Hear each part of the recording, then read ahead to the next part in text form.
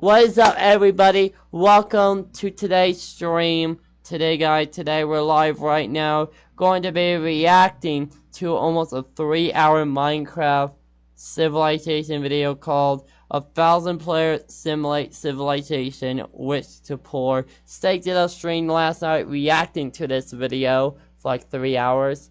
And I'm gonna say Steak's reacting to it is pretty something. And now today we're live. Going to be reacting to this video by Iris. This video came out a month ago. Link will be in the description along with the channel. Anyways, let's go. Link to the video and the channel will be in the description. So the Iris in the description along with the video. Anyways, let's go.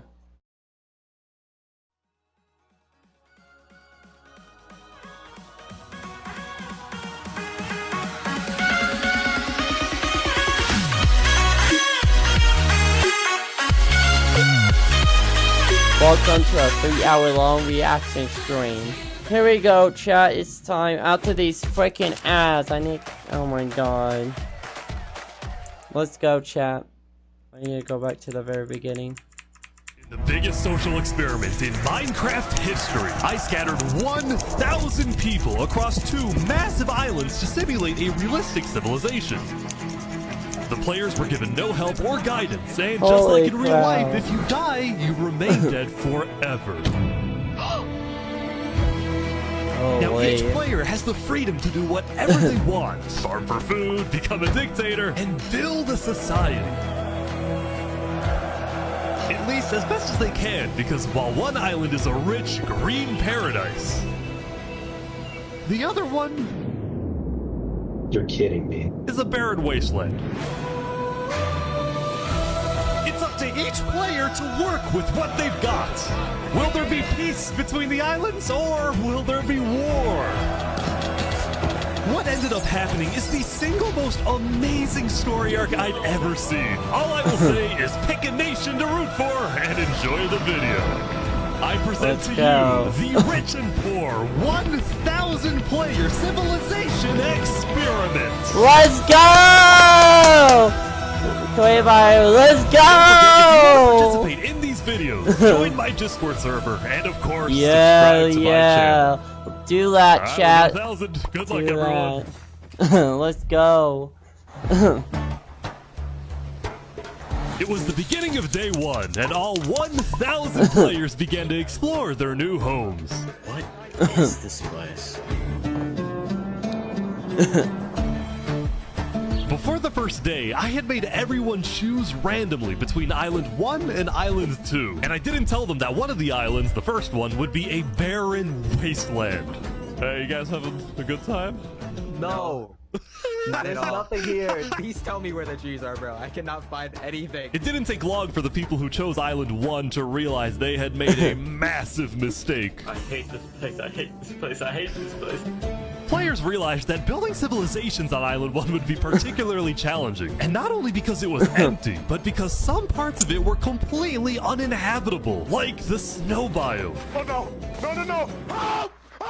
And right next door, a massive volcano that could erupt at any moment. Ooh, I'm not going down there. This volcano also happens to heat up all the water on the island. Okay. This killed a lot of people. Now, to begin building civilizations, the players needed to find a tree. Please tell me where the trees are, bro. Wood is an essential material, and without it, you really can't do anything. Now, luckily for Island 1, there was one tree on the island, and it was pretty big too. But, of course, it was completely surrounded by boiling water. You've got to be kidding me. Meanwhile, let's go over to Island 2.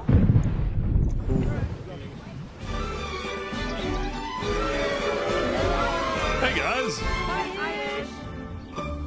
Life on Island 2 was beautiful. The terrain was green, the trees were plentiful, and the water was normal temperature. Open for business. Selling water? It's from the ocean. Are you trying to make me drink ocean water? No. The people on Island 2 immediately realized they had chosen the island of safety and wealth. You are literally a piece of gold. Yeah. The only real danger on Island 2 was the possibility of falling down from a tree as you're collecting wood. But some people found a way to even work around that. So you're planning to build a bakery. Yes, I am. And you're forcing your employees to go up and get oak? Oh, no. She forcing you to work up here. Hey, no, it's double carrots, triple carrots. I don't want say carrots. anything. I want fair working conditions. Also, because of the vast amounts of trees, people were very quickly able to craft tools that allowed them to mine underground. Oh, Sash, you doing okay? Yeah, I mean, this island's great. So many diamonds already. Yeah, Wow. look at this. Yeah, I'm loaded. Overall, the people of Island 2 were thrilled with their new home, thrilled with their wealth, and they were very optimistic about their future.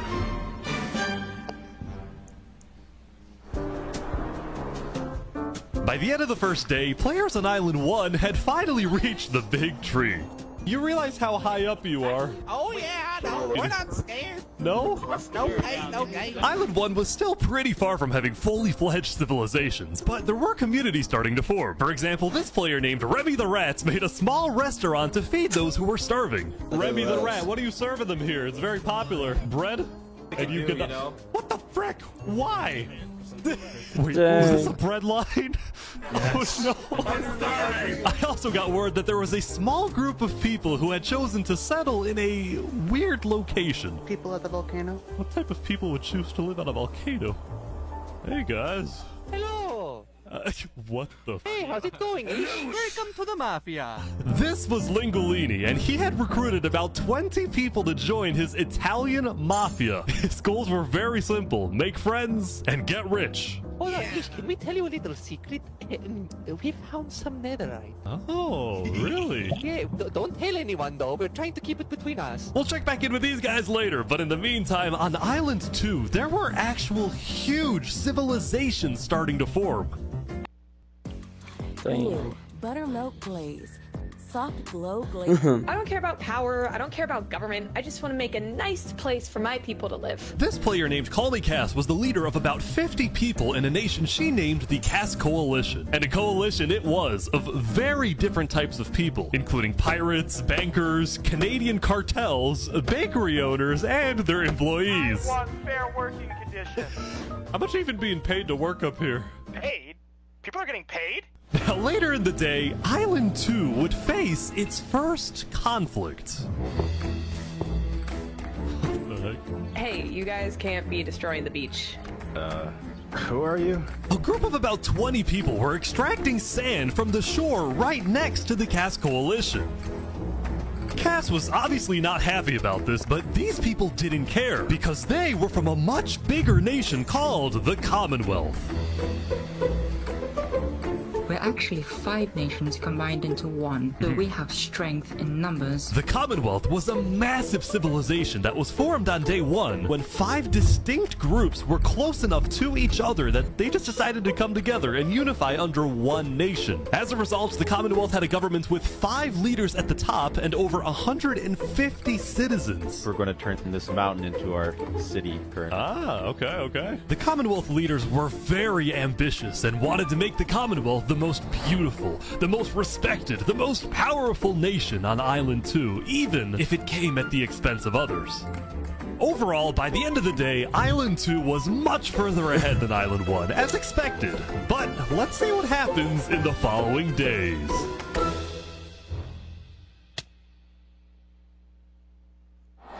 As players logged back in the next day, nobody was expecting that the beginning of day 2 would end up having one of the most consequential moments of the entire event. Remy the Rats was running his restaurant when he received a visit from a player named Spood. Does anyone... Knight, I need food, I'm dying.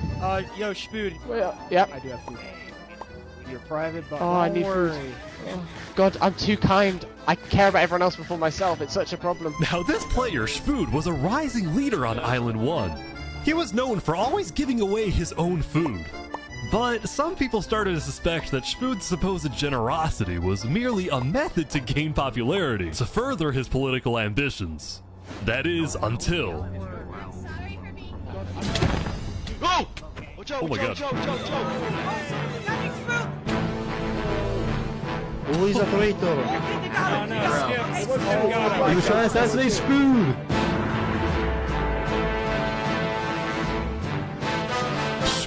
had survived an assassination attempt, which brought him exactly the attention he needed to cement himself as a legend on Island 1. People were drawn to him, and on day 2, Spood used this leverage to establish an empire named Westhelm.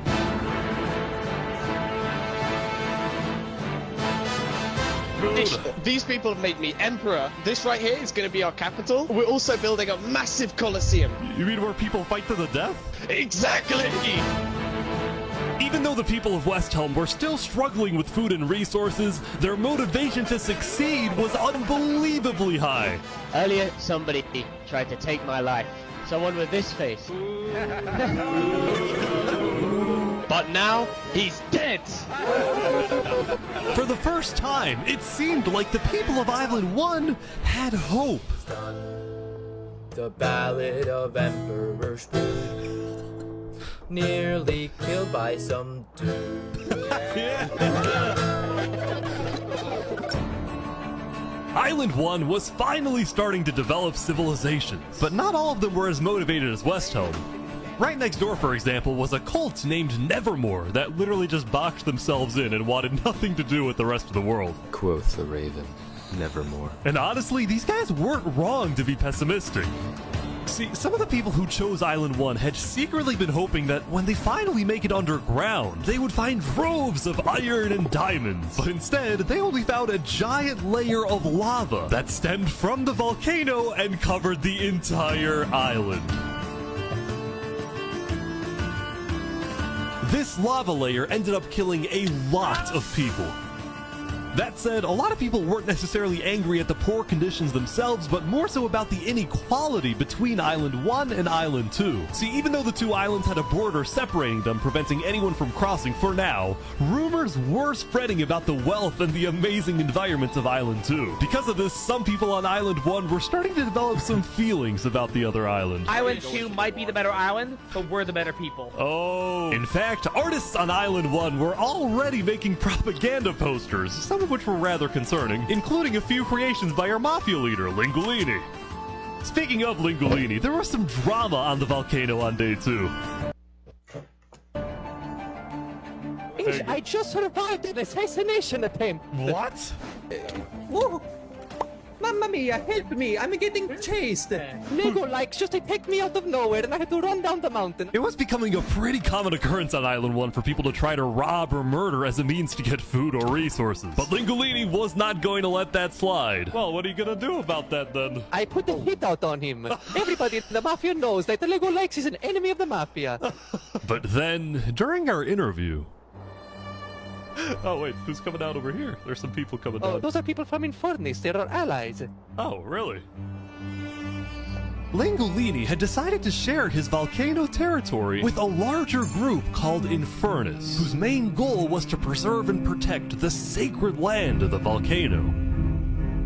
I spoke with the leader, a player named Seneca, who described herself as the Queen of Infernus.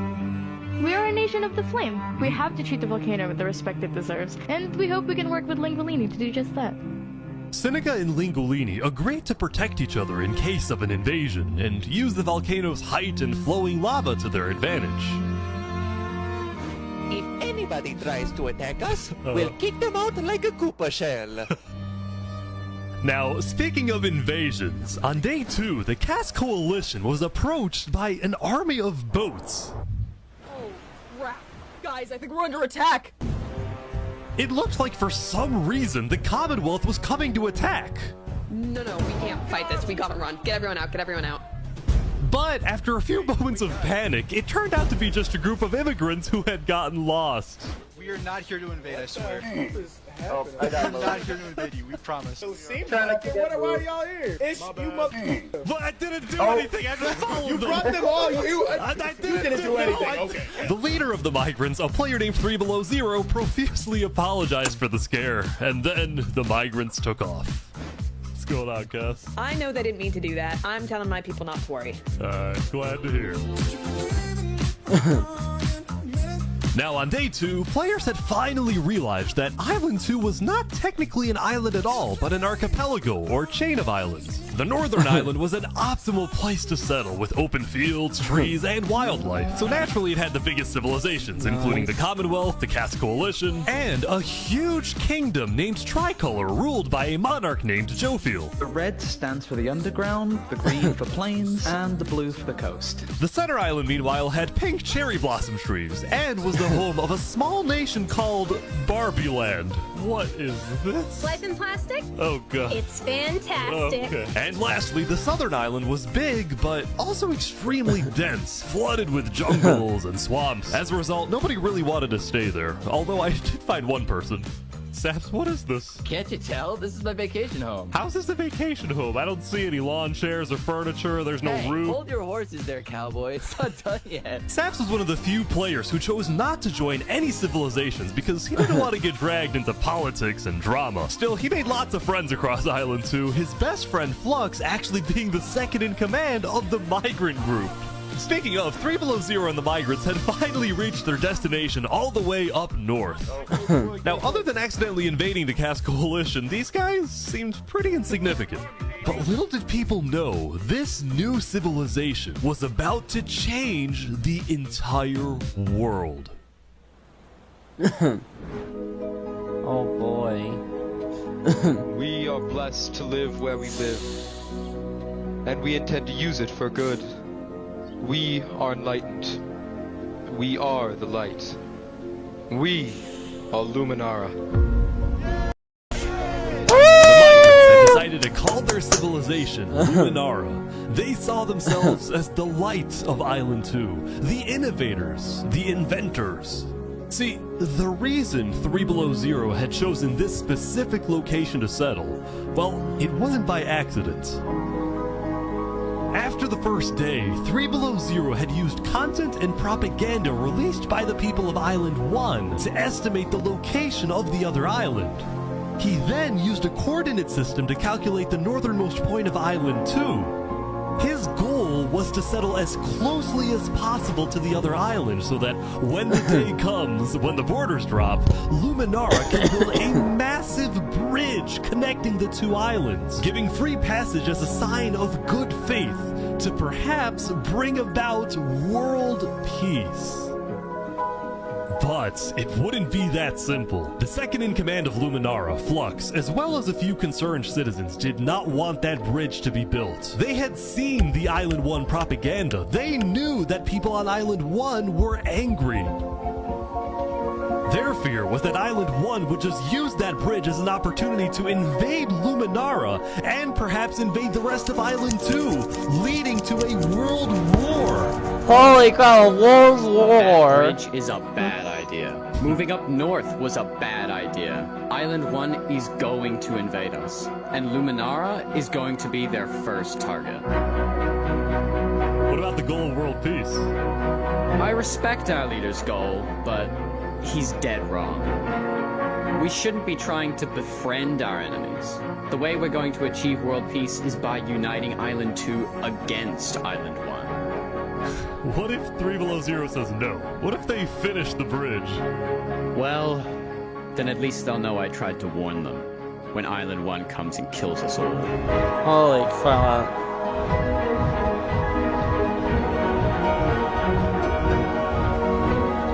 Holy crap.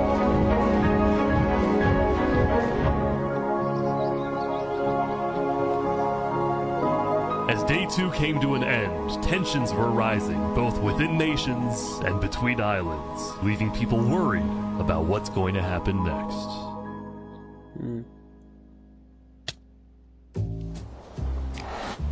Back on Island 1, I was watching a small group of pirates who called themselves Al-Karasina. Al-Karasina, my friend. We're the baddest pirates around. Now, if you look closely, there was a person of interest hanging around with the pirates. Lego likes just to take me out of nowhere and I had to run down the mountain. Well, what are you gonna do about that then? I put a hit out on him. So to be clear, Lego Likes had a bounty on his head and he was hanging around pirates. You could probably guess how this ends. Yo, Lego Zanga's here. So is this is everything you guys got, huh? Not much. Ooh. They're boiling him! Oh, Oh my gosh. The Al-Karasina pirates had killed Legolikes, but there was a small problem. Did you hear about the news? Yeah, I saw it, but we don't know who claimed the bounty. It didn't say it in the chat. Because Legolikes had technically died to boiling water instead of a player, Lingolini didn't know who actually killed him. But fortunately for the pirates, when a player dies, the dead player drops their own head, which the pirates believed would be the proof they needed to collect their bounty later today. So you're expecting a payment later? Yes. All right. Well, I'll go. I'll go. You guys let me talk. By day 3, players had basically mapped out all of Island 1 and were finally starting to adapt to the environment. Day 1 was horrific. We literally had bread lines. Day 2, we're building a coliseum, a citadel. I am literally immortal. Hopefully that isn't foreshadowing. Emperor's Food was still the most powerful man on Island 1, and on day 3, he was invited to a big international meeting hosted by a charity group called the Blue Cross. We invited you here mainly to discuss plans in case the volcano erupts. What are your individual plans? A large bunker underground. Just not using flammable materials. We don't have any real plan, you know. What? You don't have plans? If that volcano erupts, you deserve to die. Oh my God. Emperor's Food had come in with good intentions, but it was there that he learned that he hates meetings. I'm gonna go there. When Emperor's Food left, the other leaders were unsettled. Was this guy really the figurehead of Island 1? Okay, we need a better representative. Then, basically right on cue. Elysium diplomats follow me. Bodyguards. Sorry guys, sorry, I'm late. This is Benji, and he's the leader of Island 1's second biggest civilization, called Elysium. See, on day 2, Benji had discovered that toward the outer edges of the island, away from the volcano, the water isn't boiling hot anymore. So he founded Elysium, which literally translates to a place of ideal happiness. And he made the nation to give peace-loving people a chance to relax and get away from all the troubles of Island 1. Oh, wow.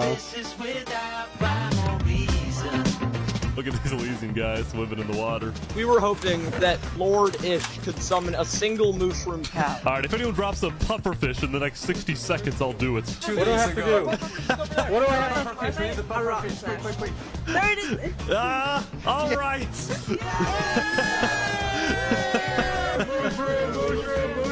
We can kill it for leather! Now, back at the Blue Cross, Benji and the other leaders discussed the possibility of creating a full Island 1 alliance. All the leaders at the meeting, including Westholme's representatives, believed that given the harsh conditions of Island 1, an island-wide alliance could be a game changer. But first... Before we make this official, we have to convince everyone else to join. See, there were a few civilizations not present at the meeting, and to complete the full Island 1 alliance, the Blue Cross would have to go out and get them all on board.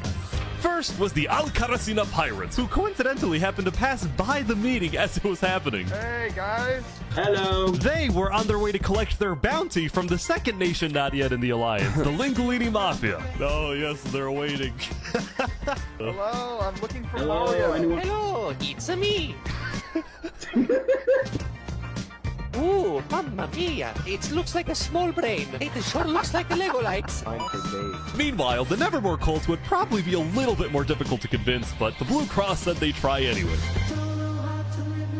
Now, as for the fourth and final nation, well, it was a bit of a mysterious group. Their civilization was down south, and they were very isolated and secretive. They were also rumored to have an extremely strict government, but also a large amount of very skilled fighters. As a result, people were kind of scared to approach them, but they knew they had to eventually to complete the Blue Cross Alliance. They knew that if this alliance works out, it wouldn't matter that they all lived on the poor island. All of a sudden, out of nowhere, the most powerful force in the world would become Island 1. At first, Island 1 was supposed to lose, but now they were on the verge of turning their lives around completely. Holy crap.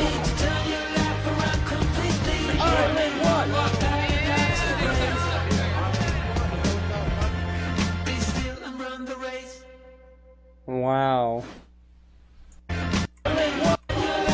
But now, on the verge of turning their lives around completely.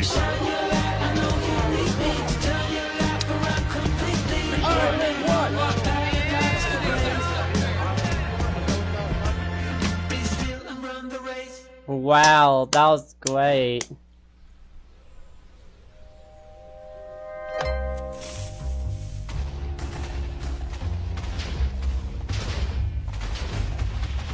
As you can see, there was a bit of commotion at the Commonwealth. They had just exploded their own land because of a miscommunication. What happened was one of the 5 leaders, Coraline, got the idea that the Commonwealth was planning to move east. So she started telling everyone to move. Thus, believing that they wouldn't need their old land anymore, one of the citizens just decided to blow it up. I thought we were moving.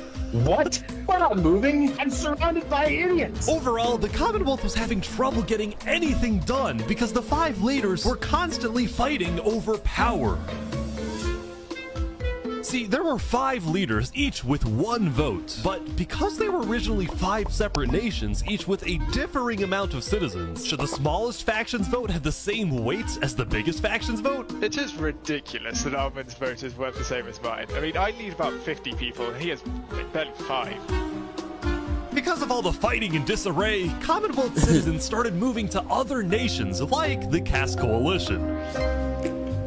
Cass's style of governing, letting people do whatever they want, was making her very popular with her people. I've been with Cass since pretty much the beginning, and she's established a democracy, a true one. Really focused on like letting everybody do their thing. But at the same time, the lack of any regulations had some unintended consequences, like players making strange and ugly buildings. So to solve this, Cass hired a building inspector. I have placed a lot of foundation for a glorious city, basically made out of stone. That way no one can burn us down. However, the building inspector did get a little power hungry. What's going on here? He said he's gonna demolish my house because it's not up to building code. Because it's not up to code. So then, citizens took matters into their own hands. What? Damn. Anyway, on day 3, the biggest nations on Island 2 were still the Commonwealth, the Cass Coalition, and Tricolor. Tricolor was a medieval civilization separated into 3 regions, one of them being an underground city. Oh my gosh. This is big. Yeah. People didn't really know that much about Jofiel and Tricolor because they tended to be more private. Jofiel was more interested in building up Tricolor rather than doing outside diplomacy. But people would still come to Jofiel with all the political news of Island 2. I am so tired. You know what, chat? I'm gonna probably get some snacks for this one. I'll be right back. I'll be right back, chat, with some goodies.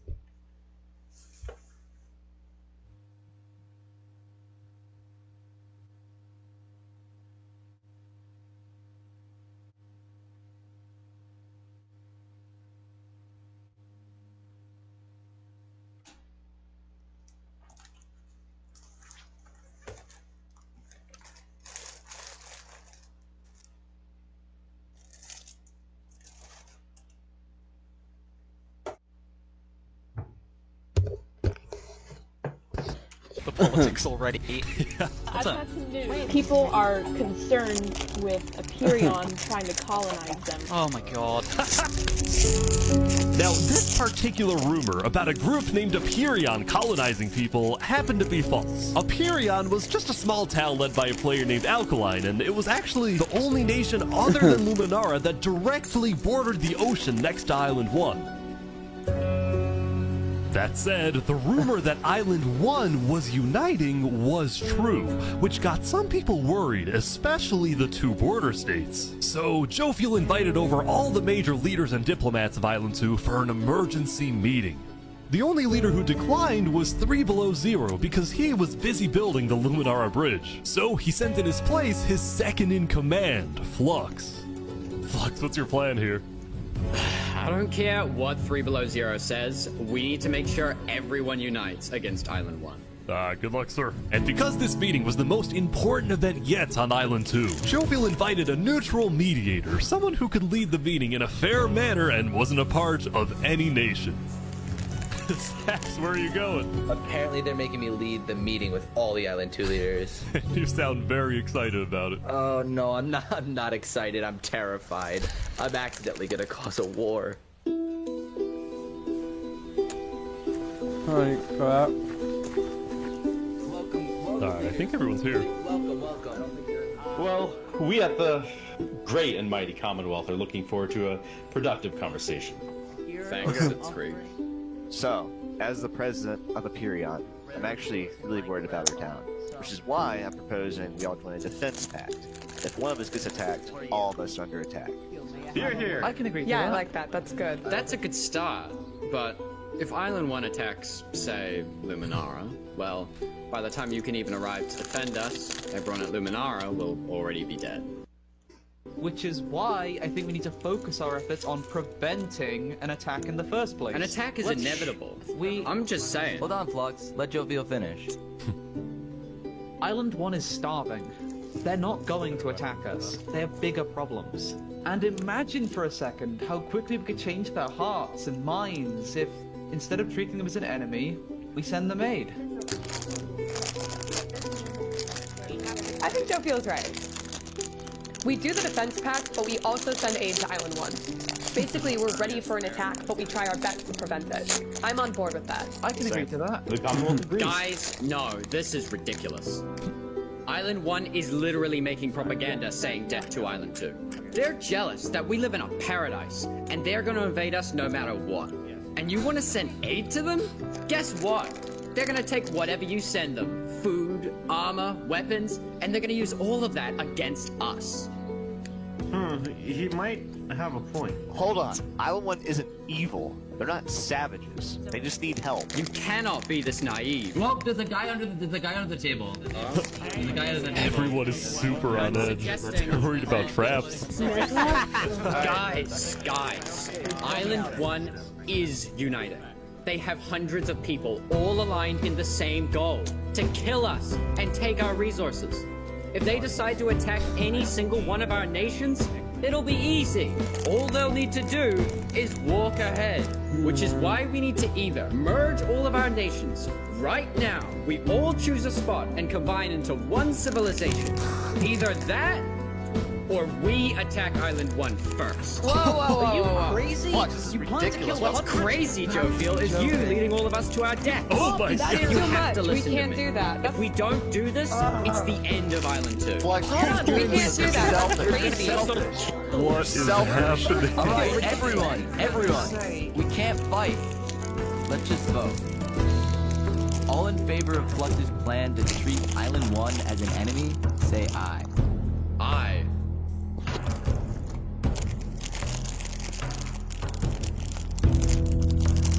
Dang. All in favor of sending aid to Island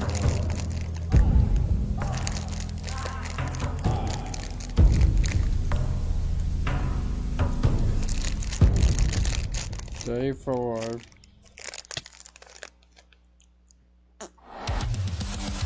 Meanwhile, at West Helm, I ran into something interesting. Our next song is called Island 1. Oh my god! So you remember this guy? The Ballad of Emperor Spoon. Well, he had joined a band that produced actual songs and then performed them all across Island 1. A barren wasteland island, a boiling water sea. Let's go. And no resources to speak of, except a wooden tree. Let's go! Everyone loved the Island 1 band, including Emperor Spoon, who found that the music bolstered the morale of his citizens. He believed that a happy citizen is a productive citizen. West Helm took us in. Yeah, oh no. Even though Emperor Spoon was a chaotic figure, West Helm itself was the opposite. It had an army, a storage system, and a hierarchy, from Emperor all the way down to citizen or plebeian. And of course, there was the Colosseum, which when finished will play a major role in West Helm's justice system. That said, Emperor Spoon was not happy when he heard that yesterday, Benji and the other leaders had been talking poorly about him. Okay, we need a better representative. Our final goal is to put Benji Button in here. No, that is a joke. That is a joke. You don't want Benji to die, do you? Well, I mean... Benji and the other leaders were concerned that Emperor Spood is unstable and may one day try to take over the entire island. And their concerns only grew when Spood was caught listening to Napoleon on Spotify. Holy But crap. they also knew that if Island 2 were to ever attack, they needed Spood on their side, so they didn't know what to do. Island 1, well, here we are. I just want to say, thank you, Spood, for all your support. You're welcome. I'm the best. Glory to West Town. Wow. Wow. Meanwhile, Seneca, the Queen of Infernus, had decided to begin building a massive castle for her people. A beautiful home base that would hover directly over the volcano. Yesterday at the Island 1 meeting, a lot of leaders expressed worries about rumors that the volcano may erupt, and they talked about how they would each take different precautions. Everyone believed that the volcano was dangerous, except for Seneca, who had decided to take the opposite approach. It's all just paranoia. If we really value the volcano, we need to have faith it won't erupt. The main goal of Infernus as a civilization was to preserve the sacred land of the volcano. So what better way to show faith and demonstrate loyalty than to make your home right above it? Lingolini, meanwhile, decided to make his home underground within the volcano. Deep under the ground, like a Goombas. Lingolini's main goal was to get rich, and having direct access to iron and gold was one reason for him and the Mafia to live there. But it wasn't the main reason. Remember this interaction from day one? Hold on, let me tell you a little secret. We found some netherite. Oh, really? Scattered throughout the volcano were pieces of netherite, the rarest and most powerful mineral in all of Minecraft. Not even Island 2 had netherite. It was the single secret advantage that Island 1 had. And the only ones who knew about it were the Lingolini Mafia and Infernus. Now, even though Infernus didn't exactly like how Lingolini was desecrating what they consider to be sacred land, they made a deal with him. The Mafia can keep mining so long as they provide Infernus with some of the minerals they find. But Lingolini was unsatisfied. They want to use us. They want cheap labor. I'm not giving them anything. Lingolini didn't like how Infernus was basically forcing the Mafia to mine for them with nothing in return. So he secretly instructed everyone in the Mafia not to give Infernus anything.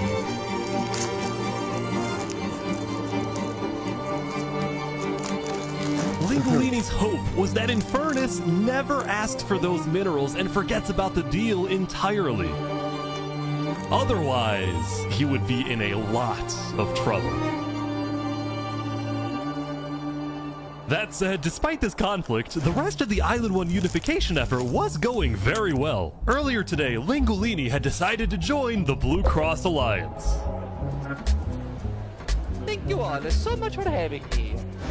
The Alcaracina pirates were also eager to join, and surprisingly, so was Nevermore. There was only one holdout.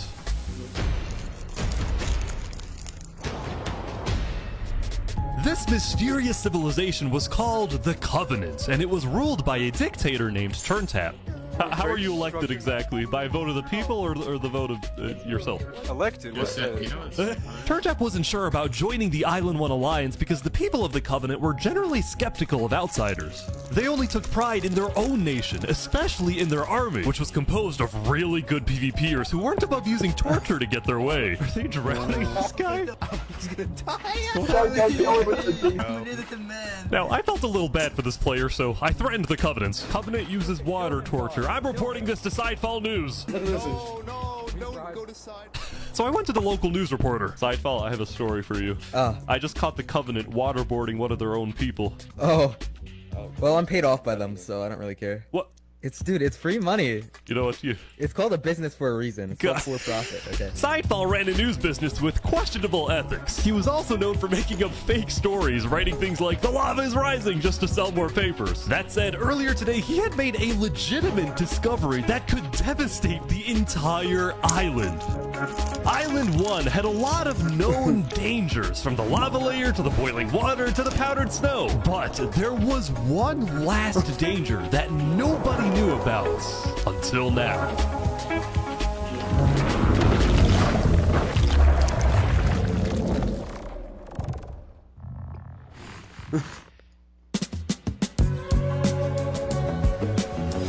Meanwhile, the people of Island 2 had spent the day building their civilizations and having a good time. Yesterday, their leaders had voted that whenever the border drops, Island 2 would send aid to Island 1, hoping this gesture would lead to peace. But not everyone agreed with this approach. The end of Island 2. When Flux returned home to Luminara, 3 Below Zero was furious at Flux for causing chaos at the meeting and for going against Luminara's values. 3 Below Zero, as the leader of Luminara, was actually heavily in favor of sending aid to Island 1. The whole point of the Luminara Bridge was to make peace with Island 1, not to start a war. As a result, 3 Below Zero demoted Flux from his position as second in command. Holy. I spoke with Legacy, a citizen of Luminara. Yeah, Flux has been gone all day. People here don't really like him anymore. Flux and his crew had spent the day building a secret bunker under the ocean, a place for them to hide if Island 1 attacks. And then Flux spent the rest of the day helping his best friend, Saps, finish building his home. Despite all the chaos, Sap still reached out to me after I was demoted. Mr. Mediator, what a good friend. Flux over here can be a little unpredictable, but he's my friend, and I know he genuinely wants the best for us. Even though Flux was much more ambitious than Saps, these two had become very good friends. So many diamonds already. Yeah, Wow. look at this. Yeah, I'm loaded. But just as day 4 was about to come to a peaceful end, something happened that would change the course of Island 2 forever.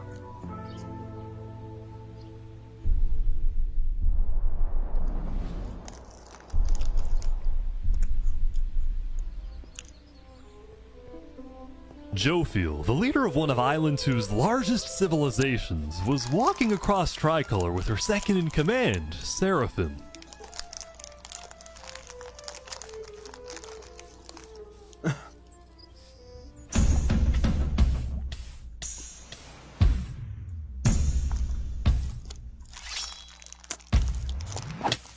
Seraphim! What are you doing? What? No way. The second in command of Tricolor had just killed their own leader. And immediately, all of Island 2 went on lockdown. What? Wait, what? What? Everyone was confused about what caused this to happen. They killed Jophiel. Why? After Seraphim fled, Tricolor was in complete disarray. That's our leader. Back at Saps' place, Flux told Saps it might be a good idea for him to call an emergency meeting with all the leaders. So, for the sake of the island, Saps agreed to host a meeting tomorrow. But for now, he and many others headed to Tricolor to help them restore order.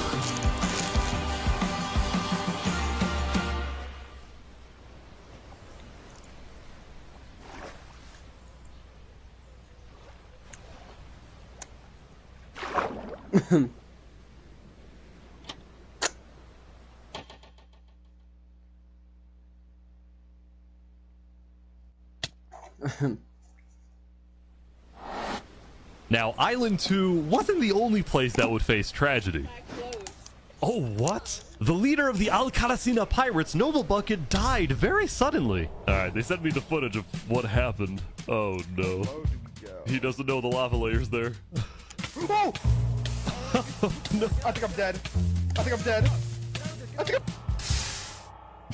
Oh my god. With world leaders dying left and right, the media had plenty to report on. The most trusted news company was from Elysium, called Daybreak Media. We're number one because we actually report the truth, unlike that bozo Sidefall. And later into day 5, the news would get even crazier. For purposes of unity, the Covenant had finally decided to join the Blue Cross Alliance, thus successfully uniting the entirety of Island 1. But right away, the strength of this alliance would be tested.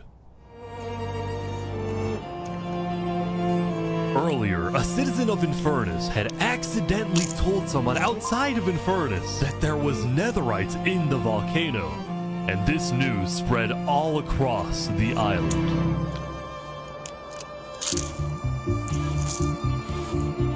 This was a disaster for Infernus and the Linguolini Mafia, who had been trying to keep the existence of netherites to themselves.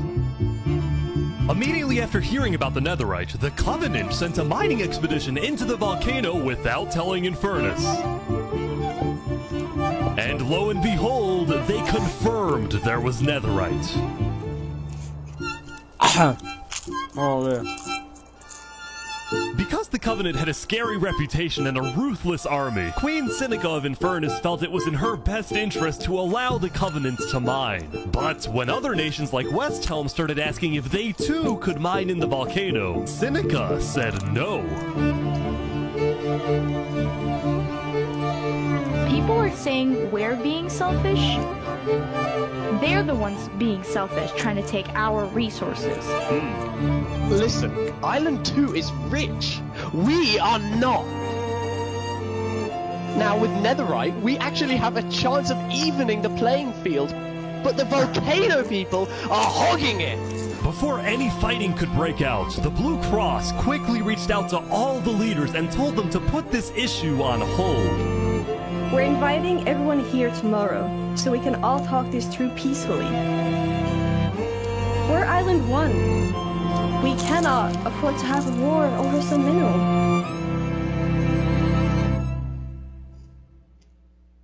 Meanwhile, Island 2 was still processing the death of Jophiel. Even though I was just a farmer, you know, you still made me feel important. Saps would invite all the leaders for a meeting later so they could coordinate a hunt for Seraphim and discuss their plans for when the border inevitably drops. Now, after Jophiel's death, Tricolor had lost a lot of its power, which left the island with really one dominant nation, the Commonwealth. But remember from day 3 how the 5 Commonwealth leaders were in constant fights with each other? It is ridiculous that Almond's vote is worth the same as mine. Well, this all came to a head on day 5 when one of the leaders was caught plotting to take control of the entire Commonwealth. So, another Commonwealth leader then paid an assassin to, well... Oh my god! Oh my god! Wolfram's dead. What? We just witnessed murder! After this, people from the Commonwealth lost even more faith in their governments. This Commonwealth citizen went to the Cass Coalition to complain to Cass directly. I got information that there might be netherite on the other island. My leadership said, quote, netherite is useless. Netherite is, of course, not useless. I think that's a foolish statement. As the Commonwealth erupted, the Cass Coalition thrived. But they did have their own problems. Is this your employee? Yes, he is. That implies I get paid. Is he not getting paid? Skip out on work. You hear this woman? Probably Earlier, What Daddy had ditched work to attend a party in Barbieland. So as punishment, his employers forced him to risk his life and chop down one of the tallest trees in the Cass Coalition. He's asking for help. You have to yell louder. I can't hear you. You're so far up. You have to get closer to the ground. Oh!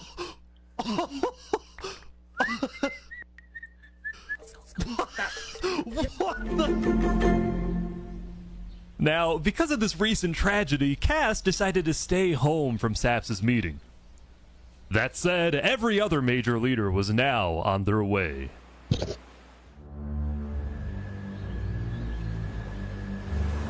As the leaders and representatives arrived, there was one person who would be notably absent, banned from attending the meeting.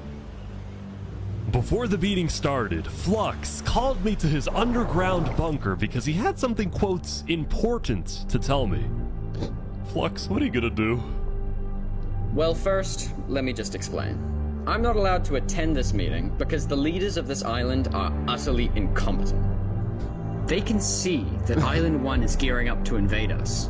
And their response is, let's give Island 1 more gear. It's completely brainless, and it's going to result in all of our people dying. So, you got a plan? I had a plan, but nobody listened. They all voted against it. Look, we can still save this island, but the current leadership has to go. What do you mean, has to go? Has to go. Removed. And I'm done waiting. It's gonna happen today. Holy crap. Holy crap. Leaders, welcome. Thank you all for coming. We have a lot of very important stuff to talk about. You know, during the first meeting, there was one person there who actually understood what I was saying. Seraphim reached out to me, asked me if they could help in any way. I told Seraphim to kill Jofiel. And today, we will finish the job! Holy crap. Wait, so Seraphim gets there. What actually happens next? Something I didn't want to do, Holy but something crap. that needs to be done. I'm going to save this island by any means necessary. Holy crap. To the table. If you agree with both KOS and Seraphim, please say aye. Aye. Are you sure this is gonna work? I don't know, but we have no other choice. Alright, so I have something to say. Is there a possibility, any possibility, that the assassination of Wolfram and the assassination of Jofiel by Seraphim is any way connected? Is there a conspiracy going on right now? Do we think that's a thing? Are leaders safe? I have reason to believe that leaders are not safe. Flux, do you feel any guilt doing all this? Well, part of me feels bad for Saps. I also don't think the leaders are safe. What do you mean you feel bad for Saps? He has no idea what's about to happen to him. But if you had to betray one person to save 1,000,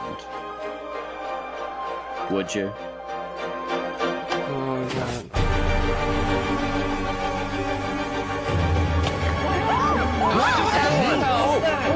What just happened? What happened? I didn't do that. Oh my god! Why is there a trap? Is this all a setup?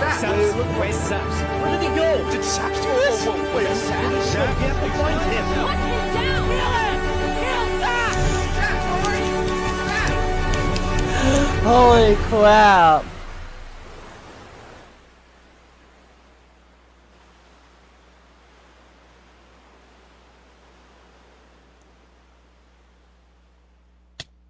Holy crap.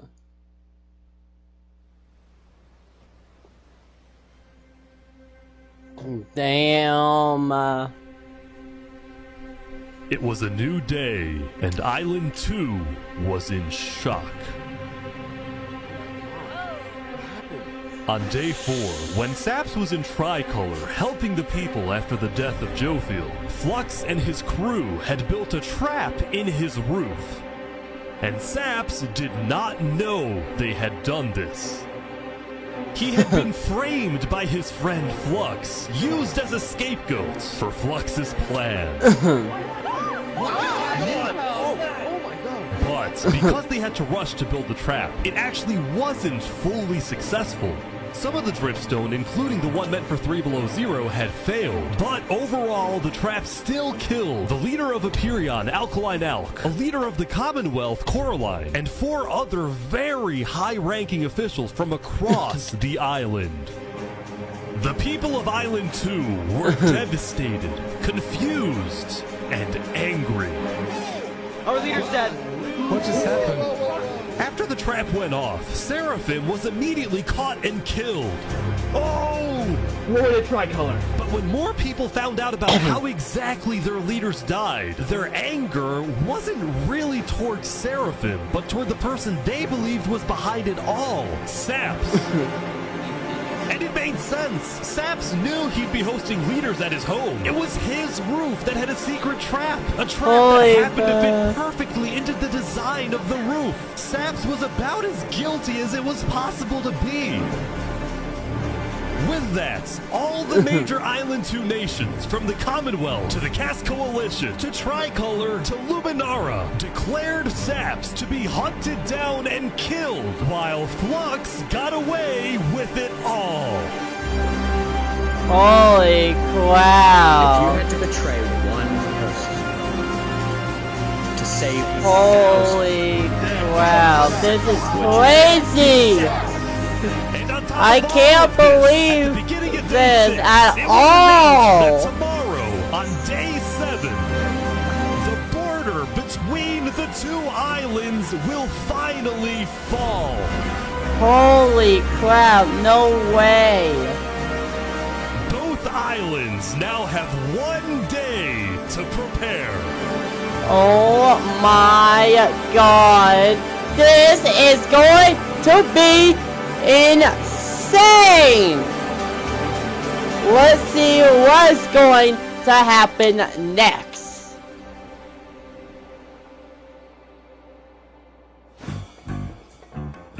Now, when the people of Island 1 saw the chaos happening on the other island, most just didn't really care about it. A lot of the hatred against Island 2 that was popular in the early days had faded away. That is, except for this player named Oppenheimer, who was determined to take out Barbie Land because in 2023, the Barbie movie had outsold the Oppenheimer movie. Holy crap. I'm building a nuclear rocket that will make yesterday's chaos look like child's play. But when Oppenheimer tried testing his nuke, it went up, and up, and up, and was never seen again. Now, day 6 did present some new challenges for some of the civilizations. For example, at Nevermore, what is this? What are you doing up here? I got voted out because they hate me. Oh! Come on! Don't jump! What about me?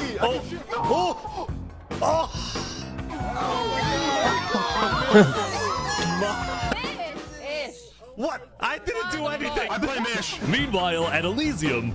I hate being a leader. Everyone here is so stubborn. Benji was having trouble getting laws passed because his people kept opposing any changes that threatened their peaceful lifestyle. The people of Elysium were generally skeptical of government officials, sometimes even holding trials against them. Although this particular trial did not go to plan. Guys, somebody stole Gerald.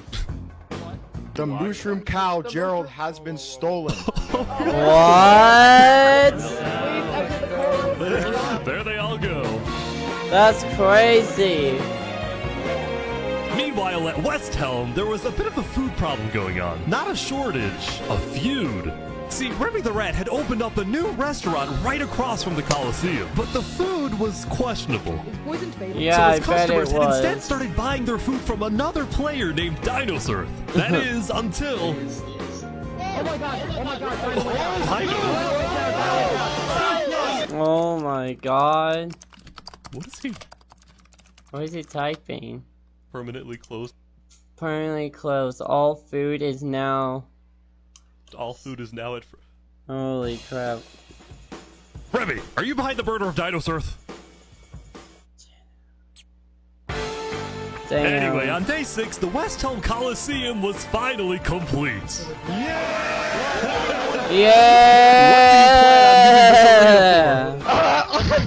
Do I actually have to say legally? No? Maybe a little bit of blood will be shed. Ew, that's crazy. While Spood was a popular leader who got things done, he had also developed a reputation of being a little unstable. He said outlandish things, he can't stand meetings, and his justice system wasn't by courthouse but by combat. Holy crap, this is crazy. Let me see what y'all are saying in the chat. Holy crap. Oh my god, the app is breaking. It keeps saying YouTube's not responding. What the hell? Anyways. For 24 hours, I banned him. And then Emic, meme mod. Okay, I already read that. I will for 30 years or 5 years. Haha, Josh, you say I was on your team? I was in Ziv. Just ha cry. Hashtag ban Josh for 1 year. Hashtag ban Josh for 1 year. Hi, stop spamming Josh. Get out. Hi Ziv. What's up, Mr. Skibidi Leaks? Welcome to the stream. Well, the app didn't want to work. Anyways, W chat so far. We've been live for almost 2 hours. Something Spood's first attempted assassin, Ramsayer, tried to prevent. It's why he tried to kill Spood, and he wouldn't be the only one. There has been a small but coordinated secret revolution growing in Westhelm, with aims to overthrow and murder Spood. The two leading figures are Westhelm citizen Ramsay-Pi and Westhelm's head builder, Knight Arcturus. You know, I helped design his Colosseum, not knowing Spood actually wanted to use it for bloodshed. He's insane! Yeah. The first part of their plan was to take out Spood's second-in-command, a player named Oo. Yeah. Yeah, that's right. I get some Second command down. But Ramsay-Pi was immediately chased down by Westhelm's army. You could have made something happen, man. Oh. With Ramsay-Pi dead, Knight Arcturus became the sole leader of the revolution. But he also knew it was only a matter of time before Spood finds out about his plans. Holy crap, yeah. I want to make one thing clear. Anybody who is caught plotting against me will be executed in the name of Westhelm. Glory to Westhelm! Yeah! Now, before the border drops, the Island 1 leaders all met to discuss what to do about the Netherites in the volcano. Going into the meeting, people were not happy with Infernus and the Linguini Mafia, who were believed to be keeping Netherite to themselves. Please keep all your weapons holstered at all times unless you absolutely have to take them. The meeting began with Westhelm's representative and Spood's newly appointed second-in-command, Spider. We asked if you had netherite, and you lied. You said there was no netherite, that you had looked in it, and that you hadn't found any. Because people were immediately starting to gang up on Infernus, Benji from Elysium tried to keep the peace. Why is it Infernus' job to report on the netherite? There were people literally going into their territory, mine without authorization, and then accuse them of doing something wrong. After some more discussion, Infernus was asked the big question. Will you open up rights to mining underneath the volcano? It is still the place where we live. And of course, things like trade are important, but in terms of opening up the volcano, it is an adamant no. Ooh. I agree. Oh, wow. Now, Lingolini, Seneca's biggest ally, was about to speak, but what he ended up saying was unexpected. We have to humbly disagree with Infernus of not allowing anyone else to mine in the volcano. This is Island 1. We're all struggling against the nature and everything like that. Shouldn't we all be allowed to mine wherever we please? No way! Yes! Hell yes! Preach! Soon, people started offering deals to Infernus. I believe we'd be open to give you resources since it is your land. But Seneca still said no. The volcano is still our sacred land. We don't want hundreds of people there mining and ravaging it. As a result, Lingolini went even further. On the day one, Mario was here first on the volcano, and we're able to mine there, but it's not fair that no one else can mine. While your queen is over there with the diamond boots. Some people don't even have any armor. Oh, better boots, man. Eventually, people started using scare tactics. That volcano is insanely active right now. It will most likely erupt within the next 2 days. I doubt it. I doubt it. No, that's sci-fi propaganda. That's propaganda. And so, after even more discussion, Westhelm made a final plea. We have a representative from every single nation on this island. You have an opportunity here to unite us all, or you have an opportunity to totally destroy that unitedness. But Seneca still wouldn't budge.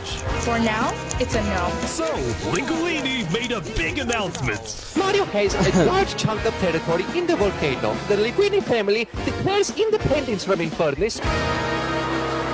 And we will open mining to anybody who wants to mine.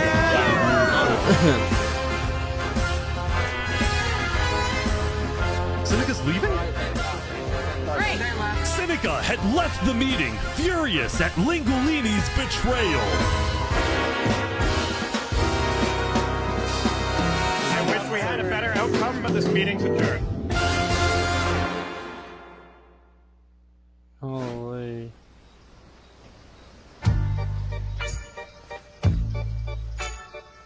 Saps, what just happened? Dude, what just happened? Every leader in front of me just died. And you had nothing to do with it. It wasn't me. Someone was in the roof. I'm getting framed-ish. Following yesterday's trap, Saps was on the run, as he was now the most wanted and notorious criminal on Island 2. I'm screwed. What am I supposed to do? He had no choice but to hide amongst the dense jungles and swamps of the southern island. But he also knew that the longer he hid, the more guilty he looked. So earlier, he had decided that he would turn himself in under the condition that he is given a fair trial. For those who find this, I'm innocent, Sap. Flux, meanwhile, was satisfied with the success of his plan, but it wasn't over quite yet. We got 2 leaders left to kill. Call me Cass, and of course, the guy who demoted me. And because Seraphim was dead, Flux sent another member of his crew to take care of the job. Oh no. Oh no. There we go. To the world, this looked like yet another senseless assassination. But to Flux, it was a strategic progression toward making the people of Island 2 paranoid. So paranoid that they wouldn't trust anybody, and especially not Island 1. In fact, the new leadership of Tricolor was already preparing for Island 1 to invade. I think we should secure our nation, make sure we have plans when inevitable war and fighting starts. Sending aid to Island 1 was officially off the table, and the construction of the Luminara Bridge had come to a stop. After all these days, Flux's plan was finally working. Now, the Cass Coalition, meanwhile, hosted a diplomatic meeting on Day 6 to try and increase the morale of Island 2 before the border drops, although Cass herself was too scared to attend the meeting. And I want to enter, but my members are telling me not to because there was an attempt on my life yesterday. Right. Because Cass was one of the last remaining major leaders on Island 2, she now had guards with her at all times. Here, I'll trade you armor. Why? I want to make sure you guys do not die. Please don't die. That said, everyone would soon be tuning into the trial of Saporada to find out whether Saps will be freed or executed. Several nations argued over who would get to host the trial, but the Commonwealth ended up winning. We've made this beautiful venue to show the world that the Commonwealth is still the strongest. But first... Down in the mines, they've all been searching for something. Down in the mines, why is it up here? They're moving the warden up. No. No, they're not. Wait, can you come over to me now? They're bringing it to the surface.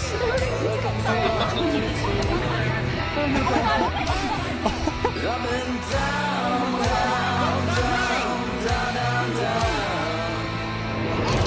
but I can't see. They made it rising lava? So remember that discovery that Sidefall made? Well, it was a warden, also known as the most dangerous creature in all of Minecraft. Sidefall had then renamed the warden to Rising Lava, so that when he was accidentally killed by it, the entirety of Island 1 went into a panic. The lava is not rising, but this is just as dangerous.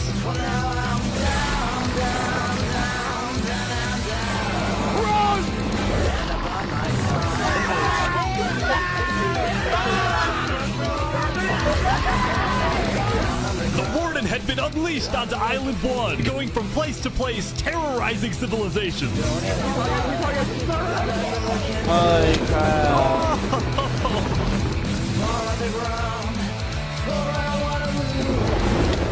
Oh my god. Dude, how is anyone gonna stop this? Until eventually it got to Westhelm. But the Westhelm army was ready. Ready? Aim! Fire!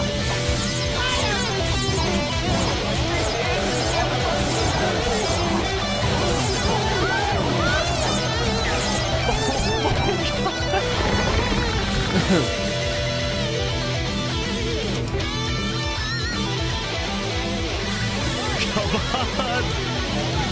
Oh my gosh!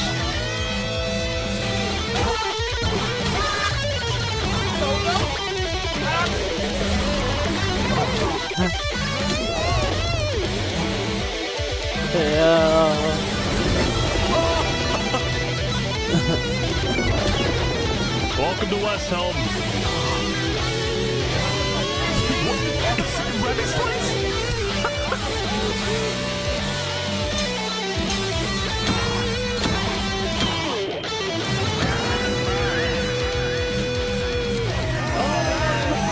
Wow, they killed the warden.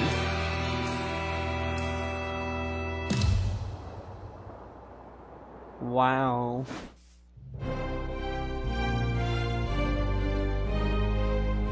The defendant Saporata is accused of 7 counts of murder, including the murder of Joe Field, the murder of Alkaline Alec, and the murder of our very own... Almost 2 hours in! I will hear the prosecution's argument, followed by the defense, and then I shall make my ruling.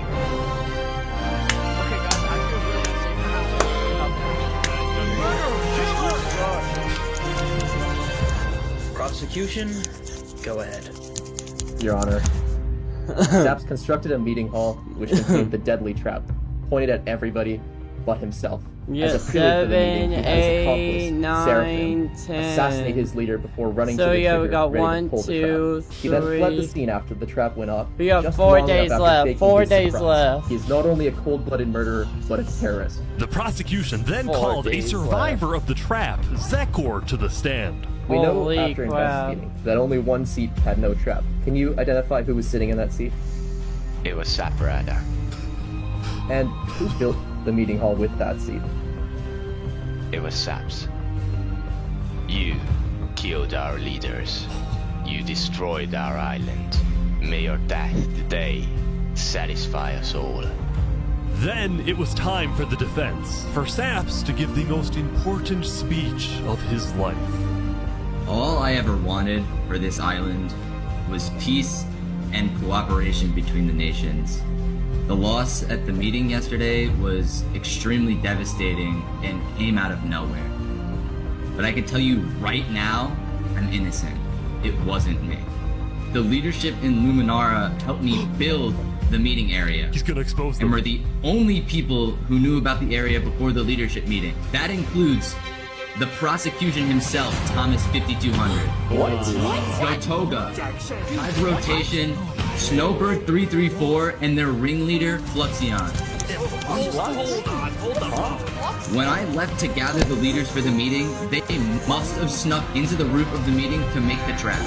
The people who I thought I can trust the most used me for their malicious intent and killed the leaders and blamed it on me. Holy crap! He was betrayed and framed by his friend Flux, but he would end up making a critical mistake.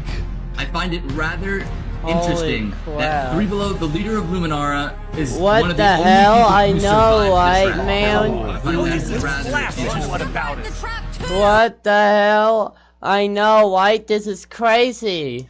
Well, Saps falsely assumed that 3 Below Zero, the beloved leader of Luminara, was also behind the murders. And with that mistake, Saps turned everyone against him. Saps, is that all you have to say? I guess. Alright, I'm ready to make my decision. I, Judge Timebomb, find Saporada guilty on all counts. Yes! Saps is to be taken to the top of the gauntlet and executed immediately. Executed. Oh, that's it. Oh, then let's go! That is it! That's good. That's crazy. Let's go! Yeah! W! This is crazy.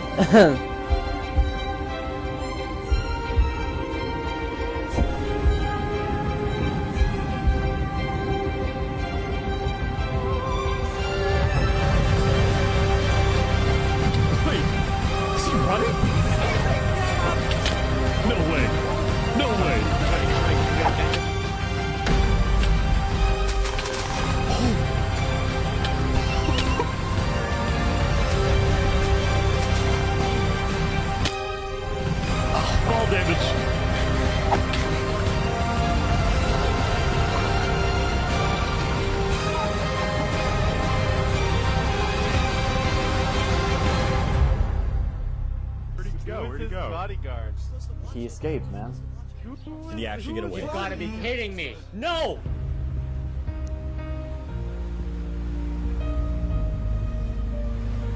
Holy crap. You killed our leaders. You destroyed our island. Murderer. Guilty on all counts. Disgrace to all of the island. Saps, why did you do this?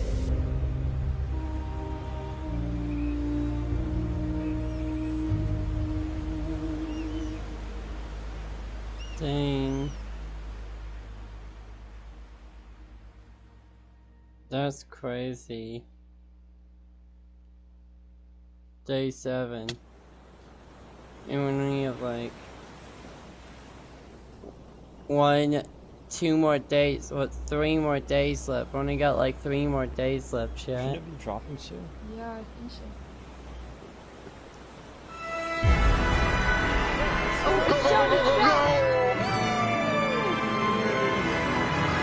It was day 7, which means the border had officially dropped. At first, people were kind of in awe.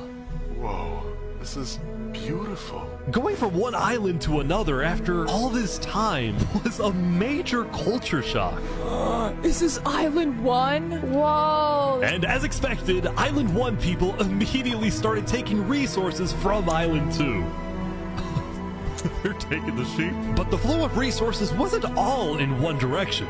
Probably gonna take some gravel back to Island 2. We don't have a lot of it. Still, as people from the 2 islands started meeting for the first time, they were surprisingly friendly to each other. Like these 2 who made a tunnel connecting the islands from underground. This is amazing!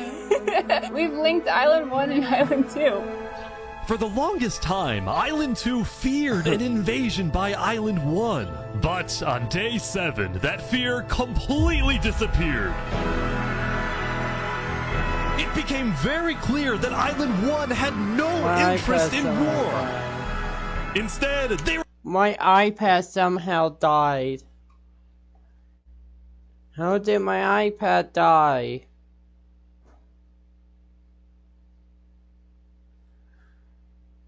What? My iPad died, chat. were just happy that they could finally enjoy Island 2 for themselves. The water isn't boiling.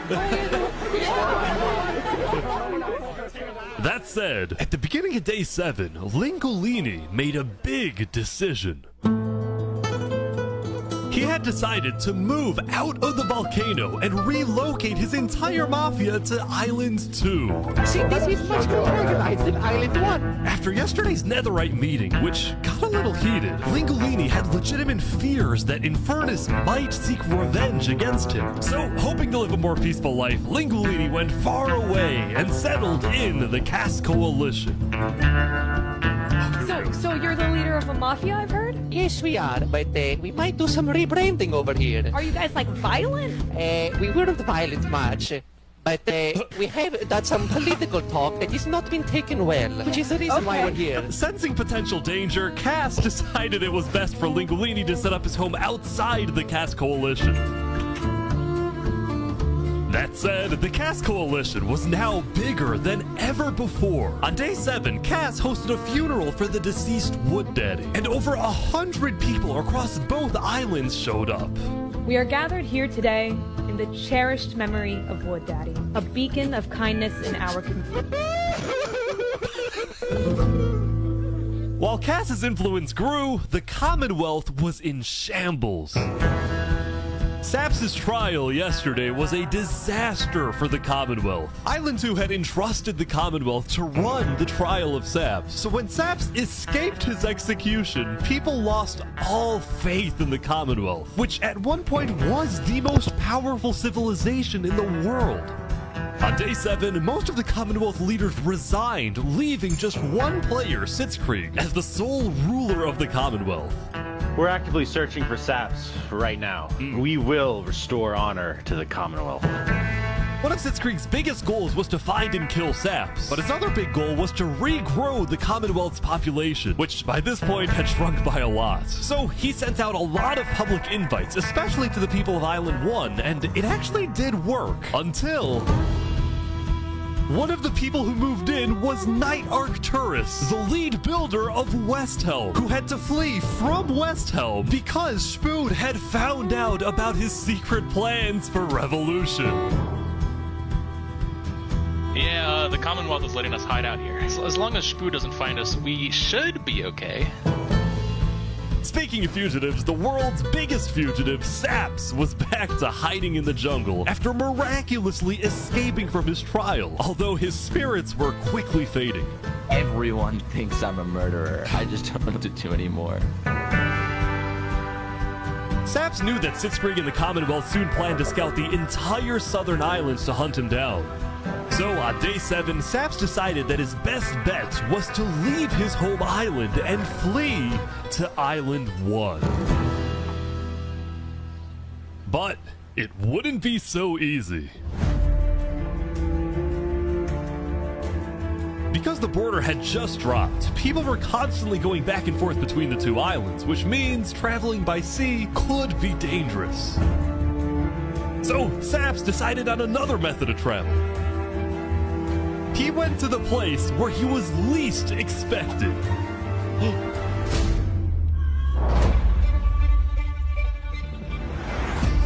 He's trying to use the bridge. No way. No way.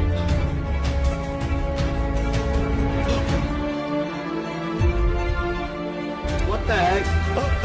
What are you doing, bro?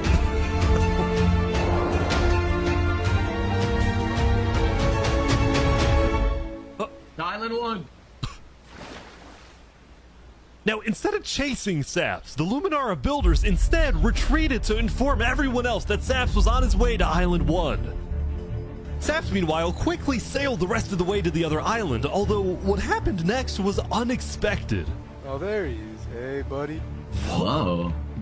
He's get the crap out of me. Am I allowed to touch this water? Yeah, right. Yeah, you know, it's good. On the south side of the island, it's safe. It turns out, earlier, Saps had reached out to a bunch of people on Island 1, offering them 2 stacks of diamonds if they give him a safe place to hide. And out of all people to accept his offer, it was Turntap, the leader of the Covenant, the most feared and militaristic civilization on Island 1. How was the trip? I ran across the giant bridge that Luminara is building, and like all of Luminara was there. When Zaps and Turtap finally arrived at the Covenant, Turtap immediately distributed Zaps' diamonds to the Covenant army. But then, in a surprising move, he sent them out on a secret mission. Turtap had sent the Covenant hit squad to Island 2, but not to accomplish a goal for the Covenant per se, but actually upon the request of Infernus. Lingulini betrayed us, humiliated us. He ruined our sacred land. Yesterday, Lingulini had opened up the volcano for netherite mining, and as such, people from all across Island 1 had started mining in the volcano. And even though Lingulini had now moved out of the volcano, Sinica felt that since people were already mining, she had no choice but to let them stay. She was not happy about what Lingulini had done, and Sinica wanted revenge. Imagine bringing your side project to life just by thinking about it. Meet Base 44, a complete AI. Oh! They're killing the entire Mafia. Another one down, baby! Oh my god. Now, the reason the Covenant was willing to do Sinica's bidding wasn't just because she let them mine for netherite before anyone else. But because as a civilization that values honor and loyalty, the Covenant didn't appreciate how Lingulini so publicly betrayed Infernus. They found him. Hey, you ever talk about diplomacy? We could have had Island 1 at peace and world peace, and we still can, really. Oh, here they go. But over my grave, he will not be a part of it. Oh, they've got him. They've got him. Mamma mia.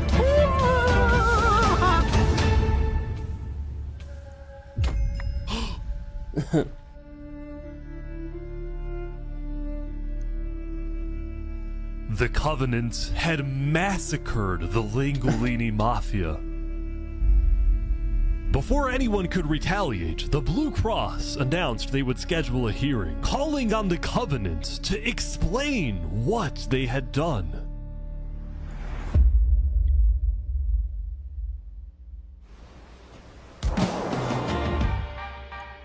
Howdy, Flux. Oh, you got some fancy armor now. Yeah, got it from Island 1. Wait, really?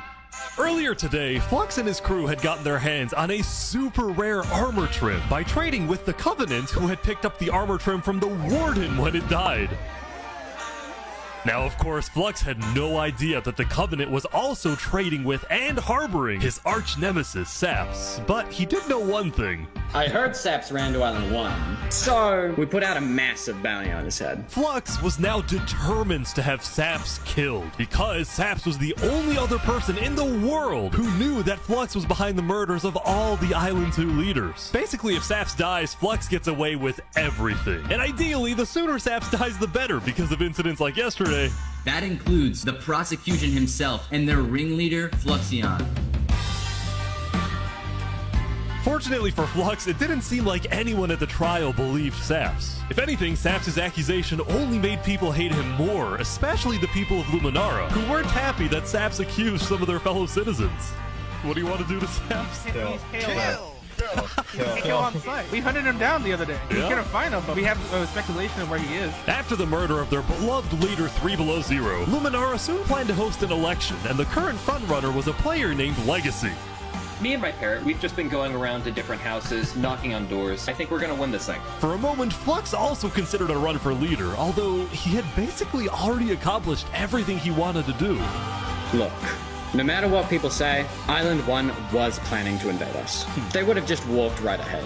But now that we have stronger leaders, more cautious leaders, they're not gonna do that. We have world peace.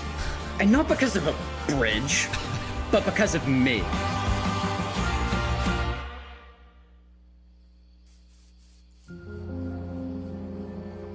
Since the beginning, Flux's philosophy was simple.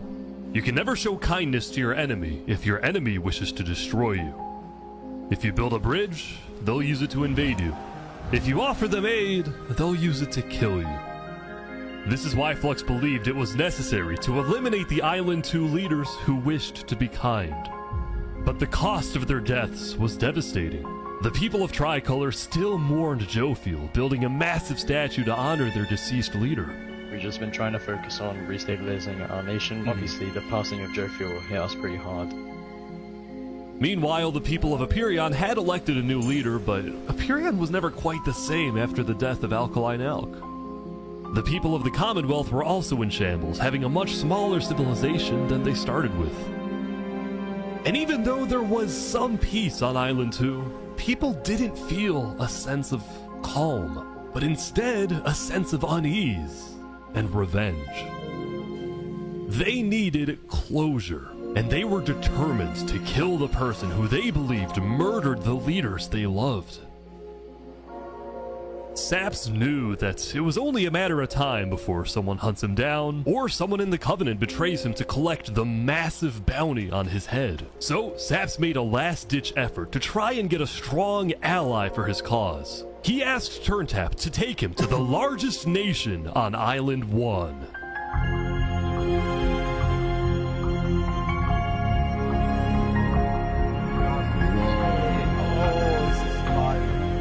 Holy crap. But on their way to the Westhelm Capitol building, they ran into a citizen of Aperion from Island 2 who recognized Saps.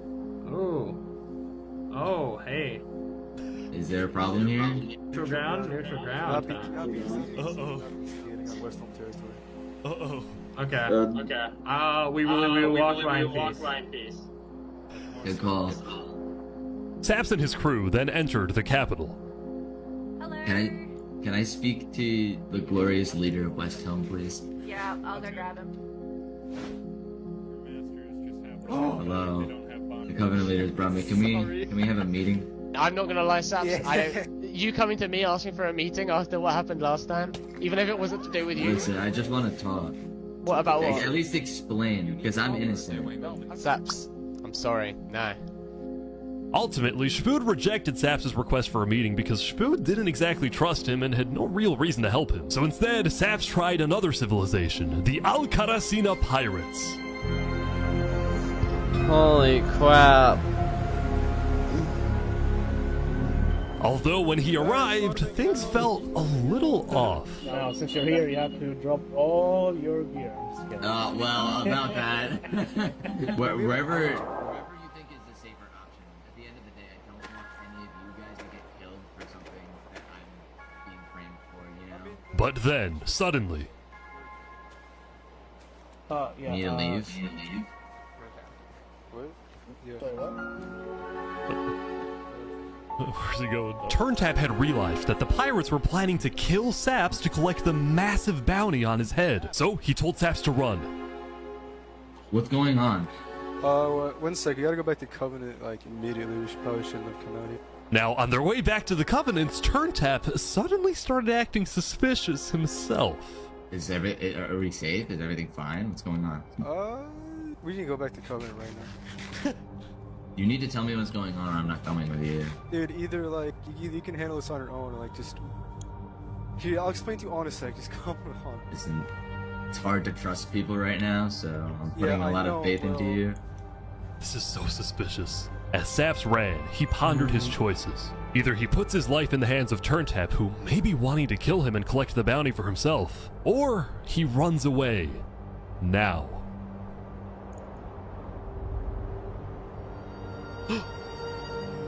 Holy crap.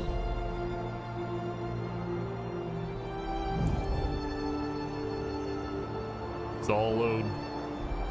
Saps then climbed the mountains of Island 1, escaping from the last remaining person he thought he could trust. He was now all alone in a world of people who hated him and wanted him dead.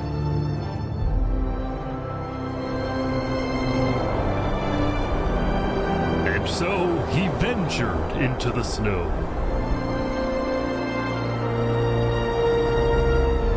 And started collecting blocks. Saps, what are you doing? I can't trust anybody. Flux won. He completely won. There's just no point anymore.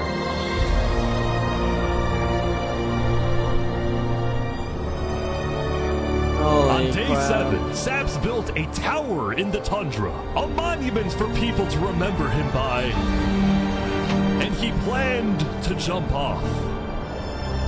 Oh my god. But he didn't. What? If What? I have to die, I'm gonna make sure he does too. That's crazy. That's crazy. Day 8.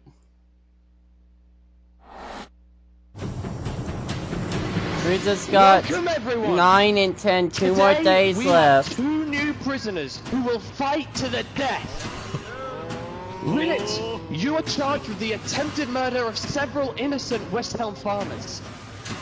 Remy, you are charged with conspiracy to murder West Helm food supplier Dinosaur. Ready, set, fight! Oh. Here they go! Look that swing! Hey, some guy jumped in! The heck?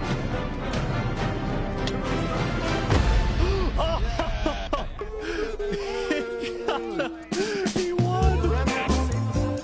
Remy the Rat had won his duel in the Colosseum, and all of his crimes, including the murder of dinosaurs, were expunged from his record by Emperor Shfood himself. He was now a legend, and his restaurant became more popular than ever before. He put his head on the floor. Now, it's been a busy few days for Emperor Shfood. He was always working on different things. Have you seen our aqueducts? Show me your aqueducts, Shfood. Look at it behind you! Look at it! So what's the use of this? I don't really know. What is the point of anything? We just build. We have too many builders, not enough ideas. Now, while Shfood was an effective leader, he did have to constantly watch his back for assassins. You know, I've thwarted like 5 assassination attempts, and guess what? I've just found out about another. No way. Shfood's entire reign began with him almost being killed, so he was always extra careful and sensitive about where he went and who he associated with. It's also why Shfood was particularly angry when he found out that one of the people who planned to kill him was his own lead builder, Knight Arcturus. According to some of my sources, Knight Arcturus was seen in the Commonwealth earlier today. Really? Shfood had sent spies across the world to find Knight Arcturus, and when they discovered he was staying at the Commonwealth, Shfood immediately reached out to Sitzkrieg to request he be handed back to Westhelm. However, given that the Commonwealth was low on citizens and needed good builders, Sitzkrieg decided to reject Shfood's request. I'm not just going to give up one of my builders. The Commonwealth does not give in to tyrants. This made Shfood erupt with fury. Oh, I'm gonna make sure that everybody knows the Commonwealth is corrupt. They step their chocolate.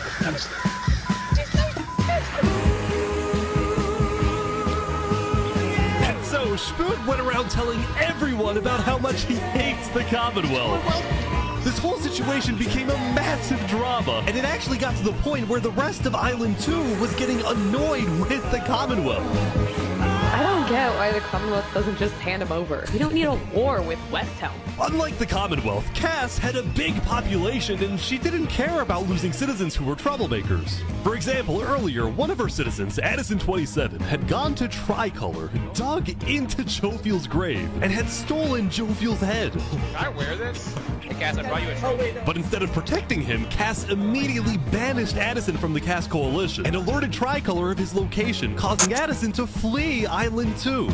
It was this kind of no-nonsense leadership that earned Cass a lot of respect from not only her citizens, but other Island 2 nations who were now much more willing to ally with Cass than with the Commonwealth. The very existence of the Cass Coalition also provided a sense of security to smaller groups, like this new nation who were mostly cheese merchants and called themselves the Conquistadors. This is the way of cheese, but el queso! Since the border dropped yesterday, the economies of most Island 2 nations were prospering, with heavy amounts of trade and tourism between islands. Meanwhile, in Barbie Land... Ish. I have news. What? I'm marrying Oppenheimer. What? On day 8, the player Oppenheimer had marched into Barbie Land, but instead of destroying it with a nuke, he apparently liked it so much that he proposed to their leader. Ish, consider this your invitation to the Barbenheimer wedding. Thank you. In Luminara, meanwhile, the citizens were inventing new technologies. This is the power switch. It's 16 furnaces working together simultaneously, and it has a bunch of hopper minecarts on the inside distributing everything. As much as Luminara was finally starting to live up to its name as the light of Island 2, little did its citizens know among them was quietly living the world's most deadly group of terrorists. I'm thinking of running in the election tomorrow. Oh yeah? Legacy's pretty popular, but I'm not worried. While it seemed like each of the Island 2 nations had their own separate goals, they were all still united under one mission: to find and kill Saps. In fact, by day 8, Luminara had told all of the other nations that Saps had fled to Island 1, and some nations were already preparing to send out hit squads later today. But Island 1, meanwhile, was currently dealing with a whole other political drama: the murder of Lingolini. I cannot conceive how we are being this civil about this. They came in, they found him in the hole, they drowned him in lava. This player, Vietnam, was one of the few remaining survivors in the Lingolini Mafia. Vietnam had escaped the Covenant's attack and wanted to get revenge against the Covenant, but was finding it surprisingly difficult to gather support. See, while the Blue Cross condemned the Covenant, nobody was brave enough to declare war on them. People feared the Covenant and its army, which is why Seneca secretly asked them to do the deed instead of doing it herself. If people knew that she was behind the attack, she would be in big trouble. But for now, nobody would face any consequences for the massacre of the Lingolini Mafia.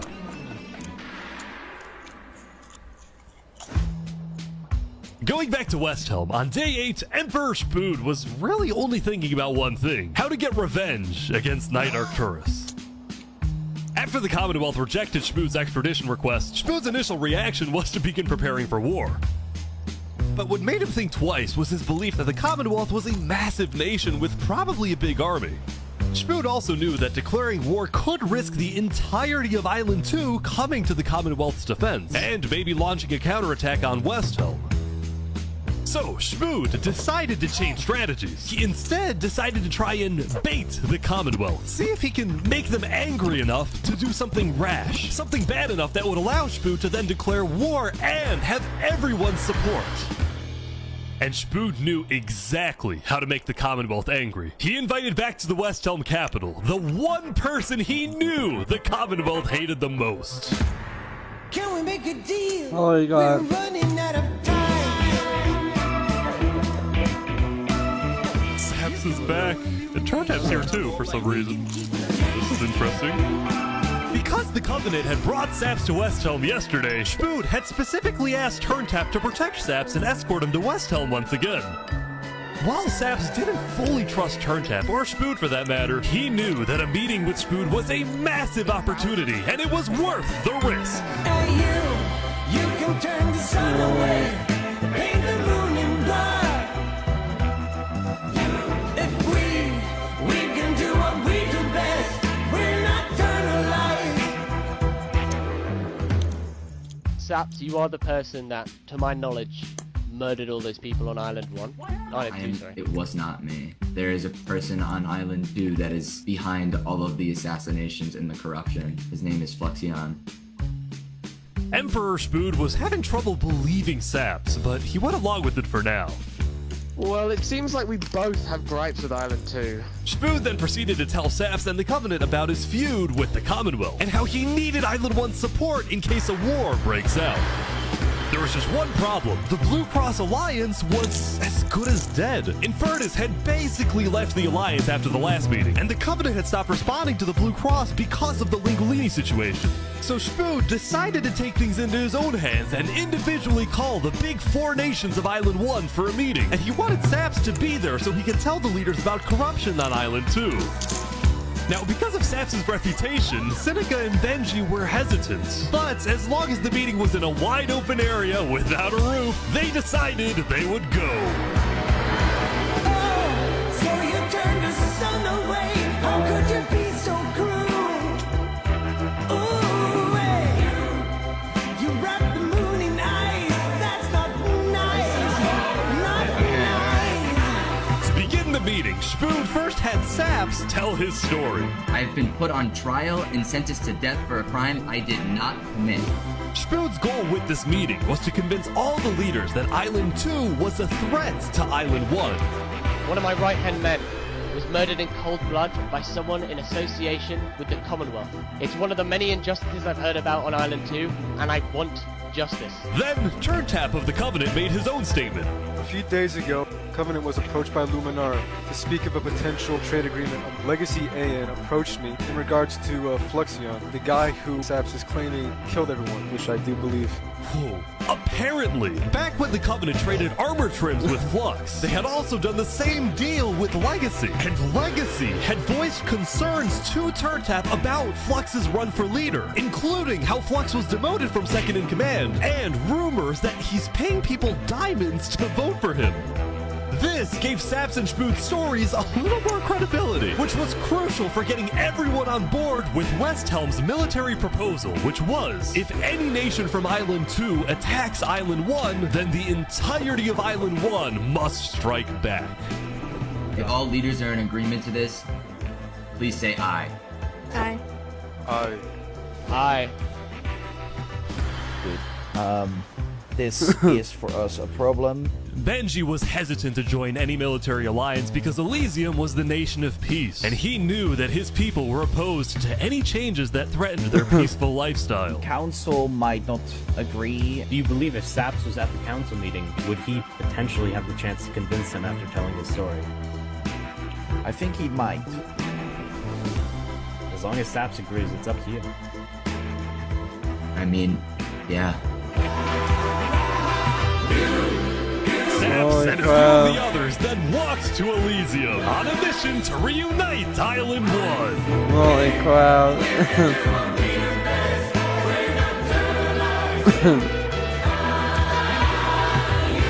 I have been framed for the mass assassination of the other two leaders by Fluxion and his conspirator. So many other people have died to the same tyranny and corruption that has been on Island 2. I'm just so lucky to be alive and share my story with you guys.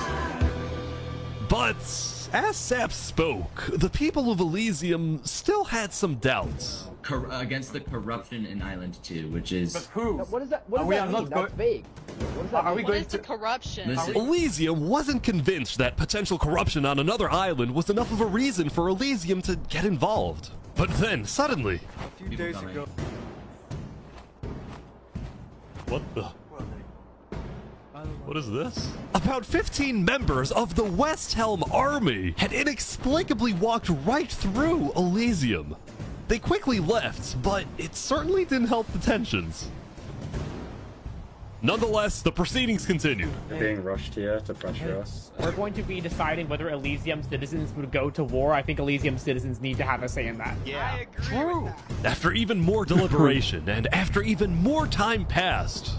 Excuse me, I have to say something important. The troop of people that came by, they are apparently the military from West Helm. We have reasonable suspicions to believe they are going to launch an invasion of Island 2 in the next like 5 minutes. I do not know. Holy crap. Emperor Spoon had grown impatient. After Spider informed him that progress was stalling, Spoon had decided to send a squadron of the West Helm army into the Commonwealth's territory to find and arrest Night Arcturus. Oh boy, they're almost there, I think.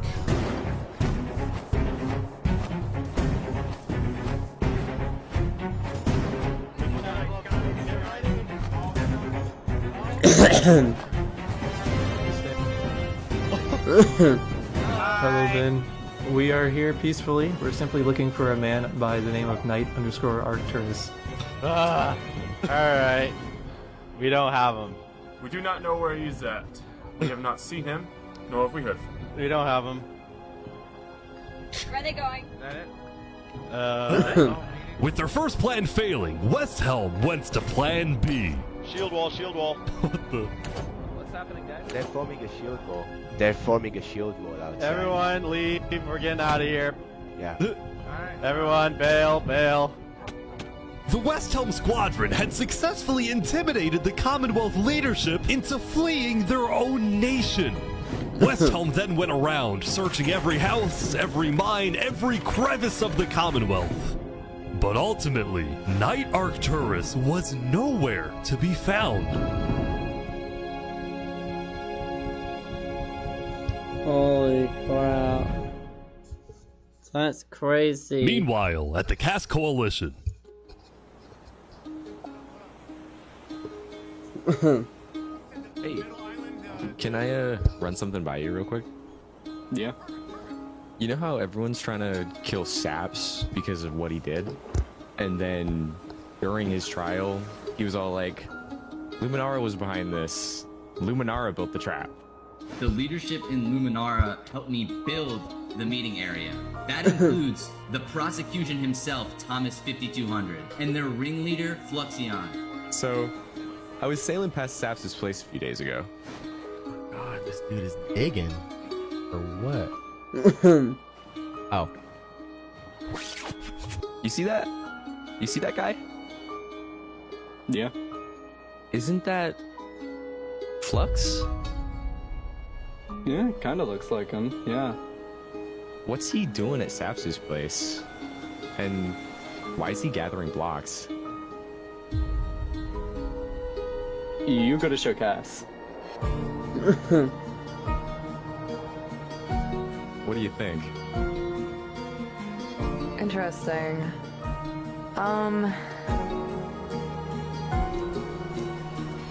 You know what? Go show this to Tricolor. And probably also Hyperion. I'm on it.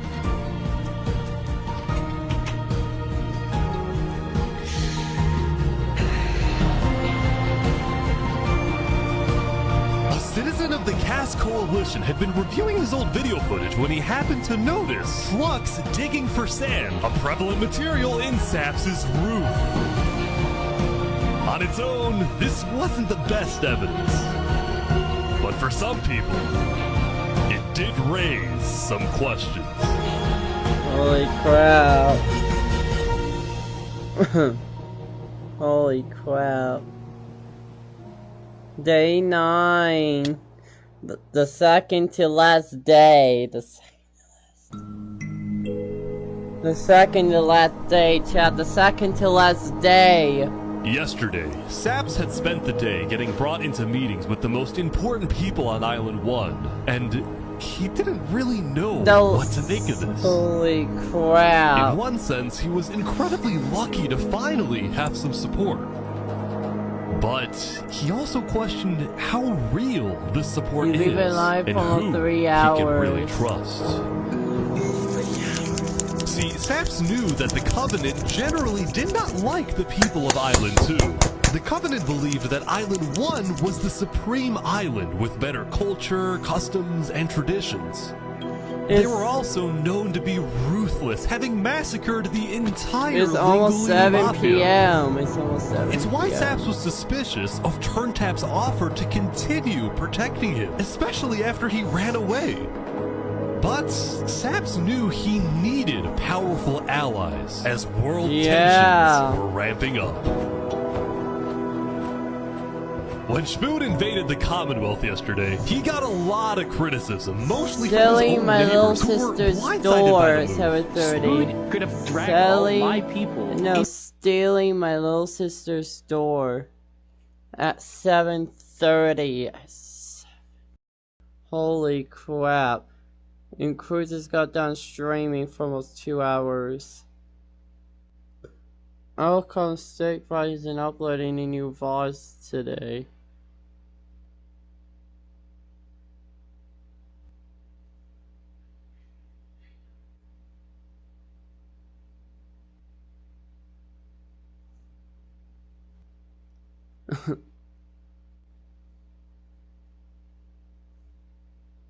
Damn. Anyways. To war, Elysium is a nation of peace. Sorry Like guys. that's any Sorry for pausing there for a long time. I was just wondering why Steak Fries hasn't uploaded any new VODs today. A Big Four alliance. Like the last Steak VOD is him reacting to an 8-year-old's diss track. He still needs to upload this stream, this Amigo stream, in the stream that Stig's about to do tonight. And also, he still needs to upload this Cruz Omegle stream and the almost 2-hour stream that Cruz did today. So yeah, he needs to upload those in the little sis stream from last night. So yeah, that's like a lot of VODs that Stig VODs needs to post. Like damn. Hopefully he uploads more. Hopefully he uploads the VODs tomorrow, but we'll see. Was basically dead, especially since the other nations were now dealing with problems of their own.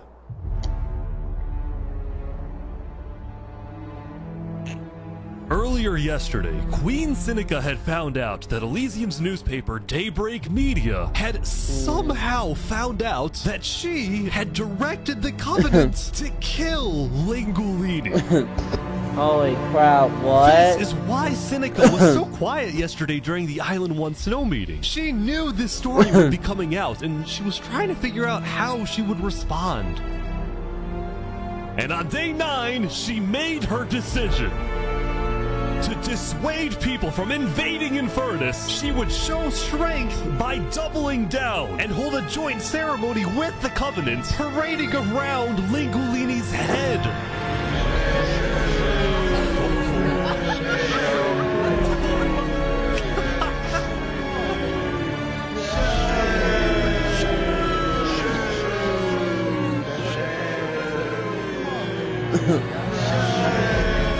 Let this be a lesson. Shame to those who disrespect our volcano.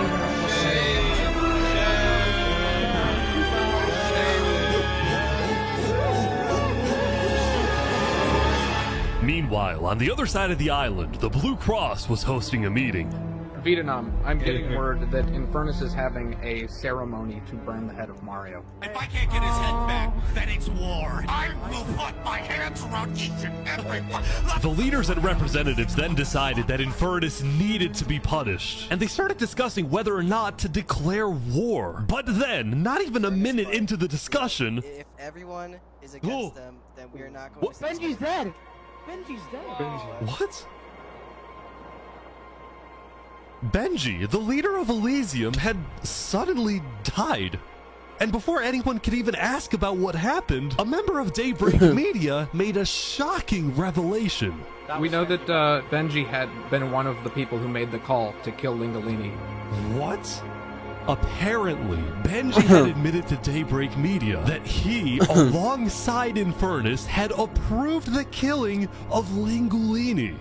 At the time, Benji believed that killing Lingulini would finally resolve the conflict over the volcano and bring peace to the island. But he ended up seriously regretting this decision, so he told Daybreak Media everything, exposed Infernus, and then ended his life. Holy crap. Now, because Benji had repented, the Blue Cross Conference decided not to punish Elysium, and instead focused on Infernus. I don't know about war. Maybe a trial? Give Infernus a chance to tell their side. Flux was representing Luminara at the meeting, and the leaders actually agreed with his idea. So later today, there would be a trial against the entire nation of Infernus. Now, when the meeting came to an end, Flux was approached by a few guards from Tricolor. Right, look. We know about the assassinations, all right? What assassinations? You're under arrest. You're coming to Tricolor. You're gonna have a fair trial. Just come with us. What are you talking about? Tricolor had issued an arrest warrant for Flux after they obtained incriminating video evidence from a citizen of the Cass Coalition. Being possibly responsible for the death of Joe Field in any capacity. What are you talking about? We know Seraphim was guilty of that. There are concerns that you may have been involved in other ways. If you believe yourself innocent, I believe that you are. I trust that you're innocent because you told me you were. But right now, the most important thing you can do is simply go to the trial and prove that you're correct, which I believe This you are, is an outrage against Luminara. I cannot believe that you would accuse me of this. Now, the truth was, Tricolor wasn't necessarily convinced that Flux was guilty. They just wanted Flux to go go to trial so that he could answer their questions about the videotape. Why didn't you not bring this up beforehand? So if you were not leading, run away. You're seriously scared that I'm going to run away from a trial. You agree after what happened with the Commonwealth, we could never be too careful about stuff like that. We're both not. Fine, I will go. But this is an outrage. All right, let's go. We're gonna remember this. We will not stand for this. Flux is getting arrested by Tricolor.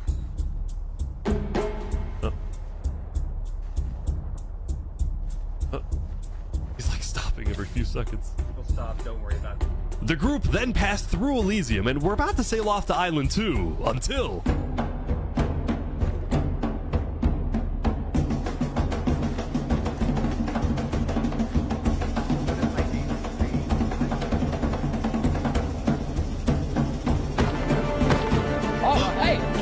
Hey, what is this?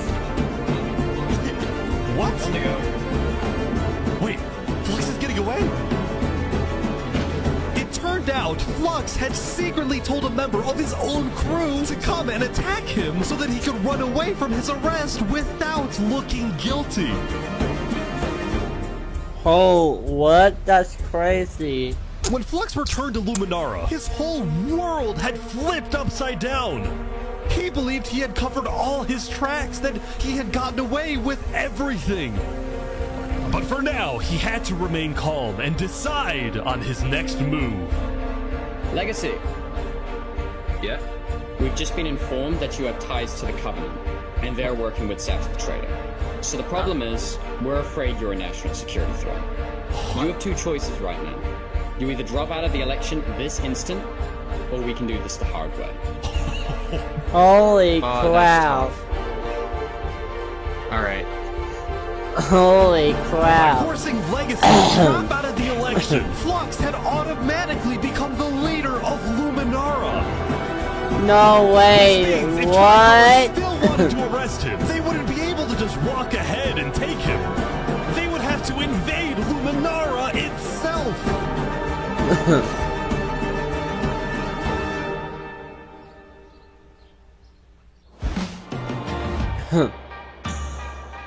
Yesterday, Emperor Spoon had caused a lot of chaos with his failed attempts to capture Knight Arcturus. So he spent day 9 repairing relationships, but also forming new ones. For example, earlier, Spoon had received a message from a player named Addison27 who wanted to sell Joe Fuel's head in exchange for netherite. Spoon accepted the deal, gave Addison a place to meet him at, but then he gave Addison's location straight to Tricolor. Armor. Show us the head. Yeah, there it is. Oh, no. Give it right now. I got it! Now, this actually led to an alliance between Westhelm and Holy Tricolor. The crap. first ever multi-island alliance, and a strategic move by Spoon to befriend the neighbors of the Commonwealth. Almost Later, 3 Spoon also hours. visited the Covenant after he heard about some civil unrest going on. So they all just left, just like that? Apparently, about half of the Covenant's entire population had decided to leave the 2 out Covenant. of 48 This so is because far. they believed Turntap was betraying the Covenant's values by constantly trading and associating with Island 2. And what made a lot of them really angry was the fact that Turntap was making them protect Saps. See, originally, Turntap had only brought Saps in to get diamonds for his army. But the more he heard about Saps' story, the more he became captivated by Saps and wanted to help him. In fact, the reason Turntap had acted strangely on day 7 wasn't because he was thinking about killing Saps. It was because he had just saved Saps from the Alcaracina pirates, and he was worried that the pirates would attack the Covenant in retaliation. That's crazy. Anyway, now that Turntap had the pirates against him, as well as much of the Covenant forces, which Turntap himself had trained to be ruthless, it's fair to say that his life was in grave danger. But before he and Spoon could figure out a solution, the Covenant suddenly had a surprise visitor. Come here, you're under arrest. Uh-oh. Yo, they're trying to kill me? You killed our leaders. You destroyed our island. After days upon days of searching, the Commonwealth had finally found Saps. It's literally the guy. Saps is now hiding. This player, Zekor, was now the main diplomat of the Commonwealth, and he knew that this was his opportunity to finally kill Saps. The last thing he needed to do was to convince Spood to hand Saps over. Spood, come here. Please, let's have a talk. Let's have a chat. Are you a friend of this criminal behind you? Alright, could you guys come inside? Oh boy. Here we go. Oh boy. We can put all of our fighting behind us. I propose a trade. You give me Saparada, and the Commonwealth gives you Knight Arcturus. Holy. RT for Saps. I mean, where would this happen? You can let us take Saparada now, and then we can kill Arcturus for you. No, don't kill him. He needs to fight in the Colosseum. Alright, we can make that work as well. Wait, so you're saying you know where he is? It's interesting because Sitzkrieg said he didn't. Okay. We don't have him. We do not know where he's at. Look, he comes back every now and then. We'll find him. Really? Is that so? Why would I lie? So you'll find him for me. Spood, don't do this. Look, Spood, I have to be honest. I'm shocked that you're defending this criminal. Either you accept this deal right now, or I tell everyone from back home that you're harboring Saparada. They'll all declare war on you, and this will be the end of Westhelm.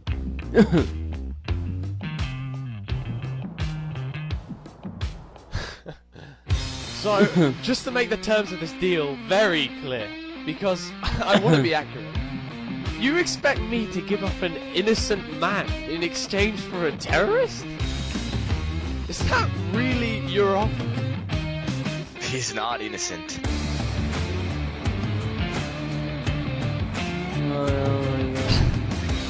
Alright.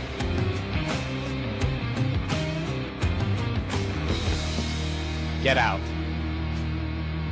Now.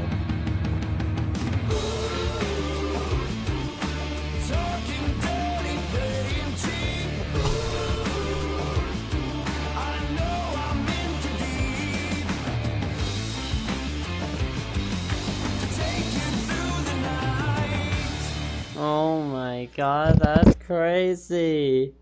That's crazy. Soon it would be time for the trial of Infernus, which had become a very anticipated event because Seneca had told everyone that she actually planned to attend.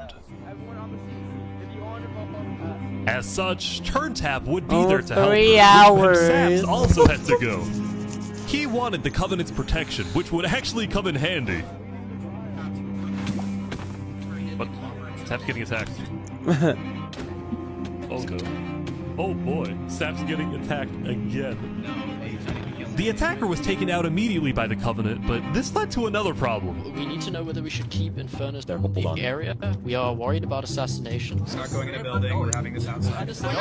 Seneca and the rest of Infernus had arrived, but were refusing to enter the courthouse because of safety concerns. Infernus is saying outside or nothing. They're not going in. And as expected, people were quickly becoming impatient. I have to stand here for 5 more minutes. I'm gonna pull all my hair out. Let's come inside.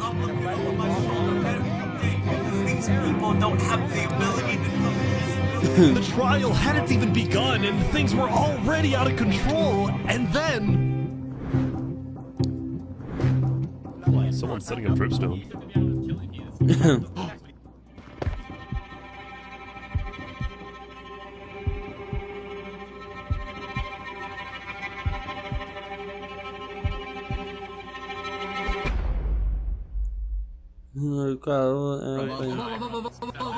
Oh! Holy crap, what?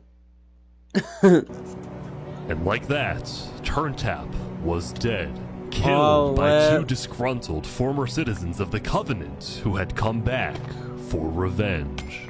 Run, they're trying to kill us. Burn us back to the castle. Queen Seneca directed her people and all the remaining Covenant forces, who were now leaderless, to retreat to the Infernus Castle.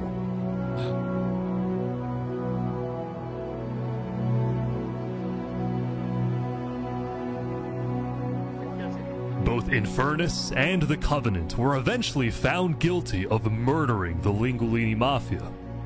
But now that Seneca had adopted the entire Covenant army with all of its netherite weaponry, it would be impossible to try and arrest anyone.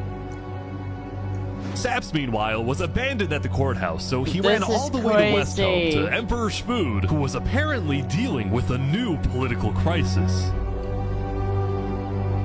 It appeared that Spud had finally made the Commonwealth mad because, according to a Westhelm spy, it looked like the Commonwealth was preparing to go to war.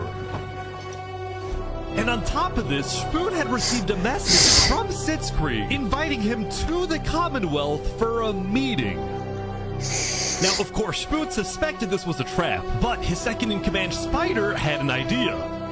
Let me go instead. Let them kill me, and if they do, we'll have the right to obliterate them. Basically, if Spider goes to this meeting and actually gets killed, then in the eyes of the world, this will give Westhelm permission to finally wipe the Commonwealth off the map. You're a hero, Spider. Glory to Westhelm.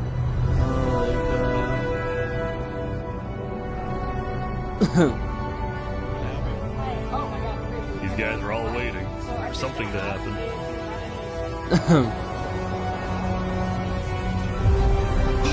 No, fighting time! What? This is it. This is it! Fighter, let's go!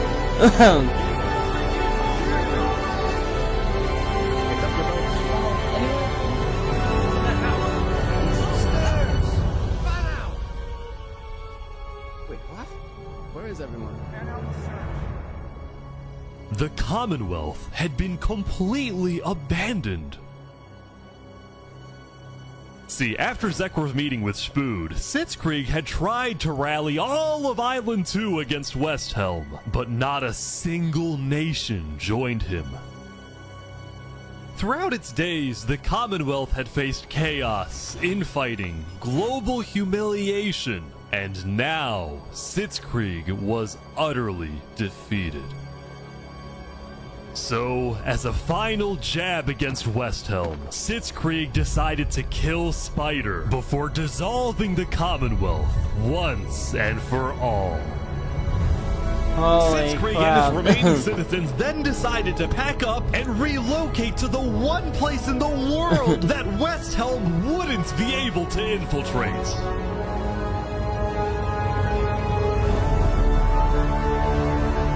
Holy crap! Come on in, guys. Welcome to Infernus. Thank you, Seneca. There's so many people. Oh my God. Infernus is massive.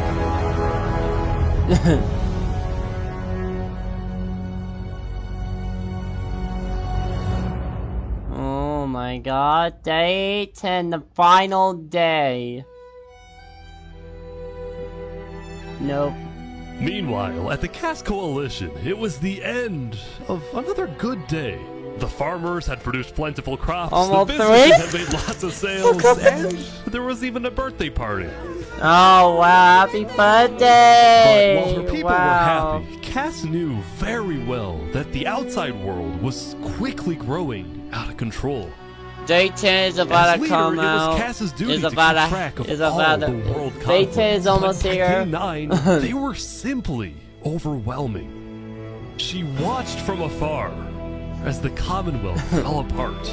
She watched as world leaders died left and right.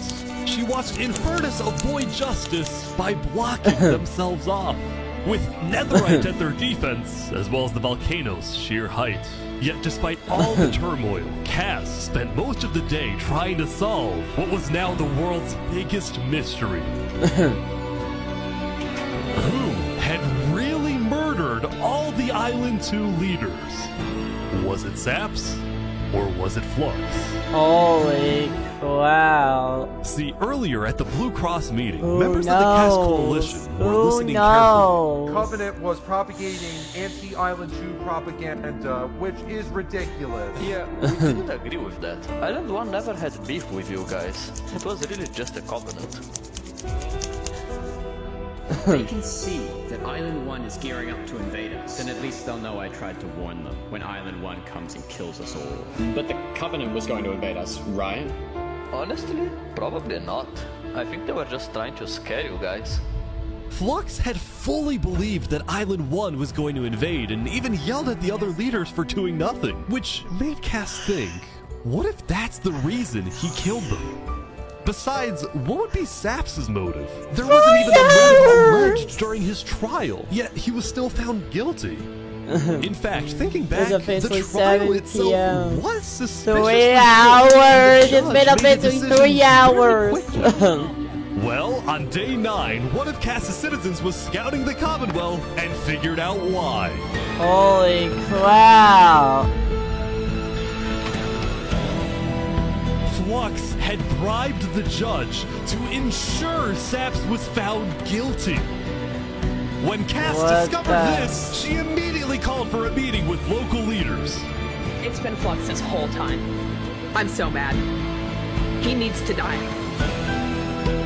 This is crazy. I never thought I'd say this, but you have my permission to invade Luminara. Okay, I'll tell my guys to prepare for battle. No, there won't be a battle. We go in, we take him out, we leave. Got it? Sounds good. See? Alright, first thing tomorrow. Holy crap. Day 10!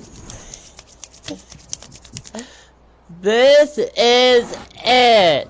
This is... Welcome, everyone. Welcome. We gather here today because, well, we never got the opportunity to properly mourn our previous leader, Three Below. He was more than just a Luminaran, he was a friend, and I'm very much excited that we can continue his legacy and complete the bridge which he would have wanted.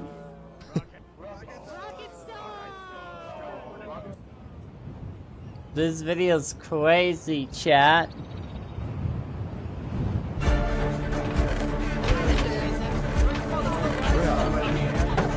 Alright, let's go! They're getting ready to attack Set off on their Flux. mission to kill Flux once and for all. Holy crap. On the way, Cass stopped at Empyreon to rally their people. We've found the person responsible for the multiple leader assassinations, including the assassination of your own president. Are we ready to fight for Luminara and for justice? They're getting their revenge on Flux and killing them once and for all. From the sea so that They're Flux getting ready to kill Fluxion right now. Bruh, this is going to be the most craziest thing that y'all have ever seen. They're gonna be killing Fluxion right now. Wes and Falon, or however the saying goes. And escape. Holy crap. I just... oh, they're here. They're here. Oh, look. Flux is running. Oh, Surrender! They're after him. Surrender, Flux! I don't want to do this! Oh! Okay, wait, surrender! Okay, Surrender! I'm not moving! Flux looked to under the arrest, killing Jag, Alki, members of Tricolor, and leader of Commonwealth. This is an outrage! And attempting my assassination! Flux had stopped and surrendered, but there was a bit of confusion. He's entitled to a fair trial. Wait, I thought Going in, Cass had been under the impression that the people of Luminara wanted Flux to be overthrown, when in reality most Luminarans knew nothing about his crimes. Don't speak to a mass murderer right now. Don't let him get through the crowds, guys. Where's Legacy? Luminarans, do you want this man alive? Yeah, entitled to a fair trial. Oh, come on. What are you talking about? sudden, Cass wasn't sure about what to do. Until... He's running! He's running! He's running away!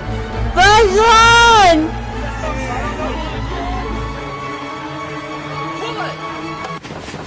Holy crap!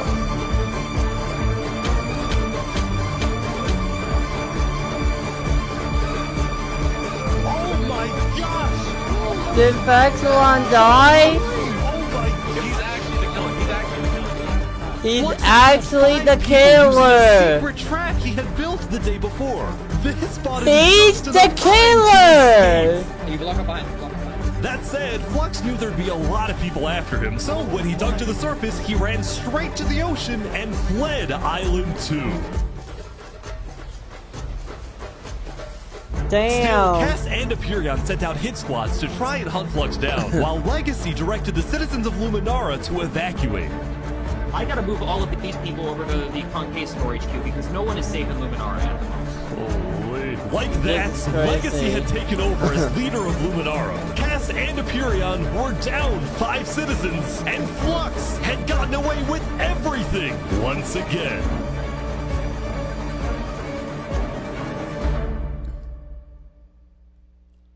Or so he thought. I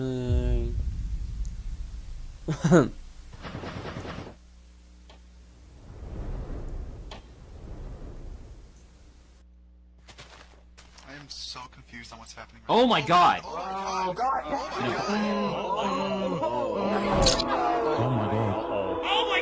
Holy crap. When Flux's trap went off, the rest of the world had a lot of questions. Was that in Luminara? That was Flux? Wait, Flux killed those people? Yeah. On day 10, word began to spread about what had happened. That was Flux's trap? Yeah, Flux built that trap. Which made people think, was Flux behind the murders of the Island 2 leaders after all? Dude, I think Flux was behind everything. Saps was right. Suddenly, the world realized that Saps had been telling the truth. Yeah. Hey, Sap, how do you feel? Dude, finally, I'm so happy. For the first time since he had got into hiding, Saps had been vindicated, proven innocent, and the world was finally on his side. Holy crap.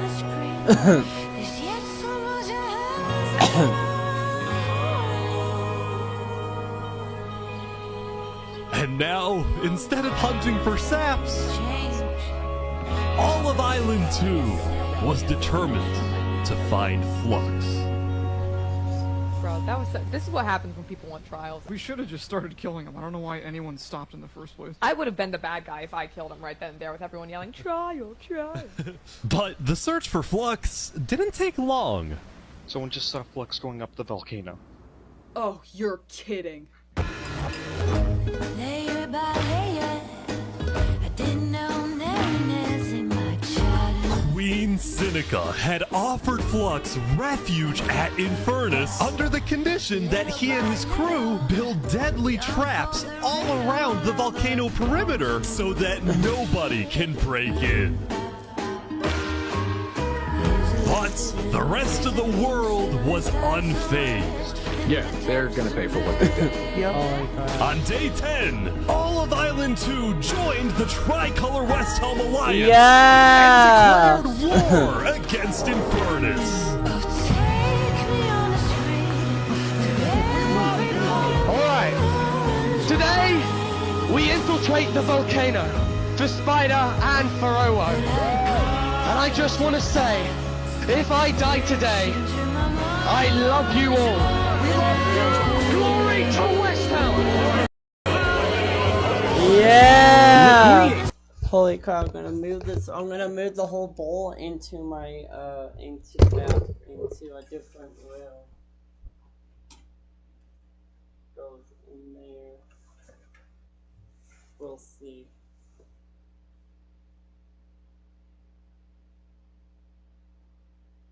We'll see. We'll see. To watch me. He was my brother. He was everyone's brother. And they took him from us. They took him. Flux got away with murdering so many of our people and our leaders. Today, we get justice for our entire island.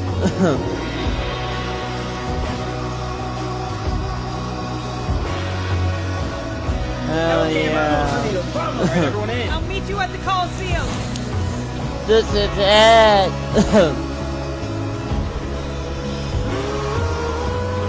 Let's go, let's go. Alright, let's go, everyone. Let's go! Let's go! Let's go! Let's go!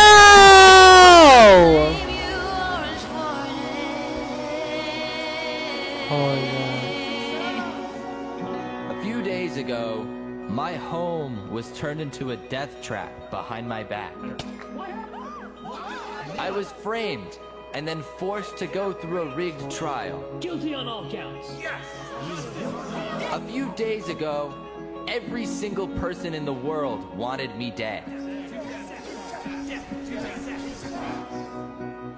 But today, you all know the truth about who really killed our leaders and our friends.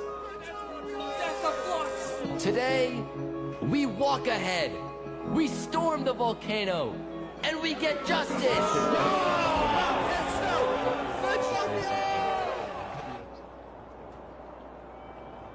Thank you, Saps.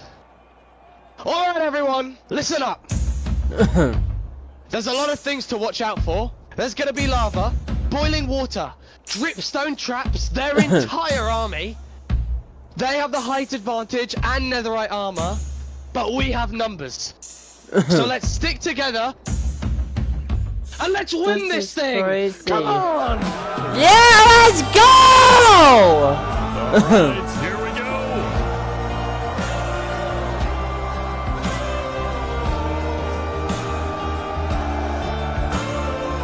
There's so many people. Me all blind with your civil rights. You demand that I eternize your name. Walk ahead. Oh my god. I think there might be a problem. Yeah. Cover us in shame, and I take the blame. Living by the rules to which high school blues. Walk ahead.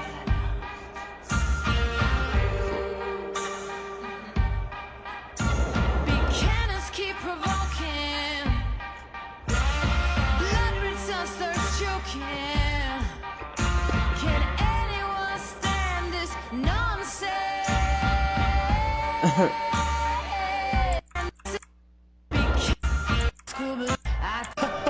Holy crap. So I have to rewind this again. Holy crap. Living by the rules to which high school blues. Walk ahead.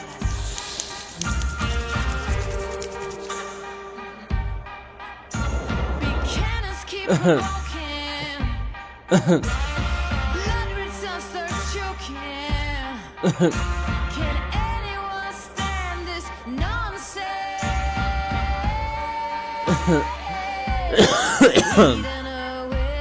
Yo.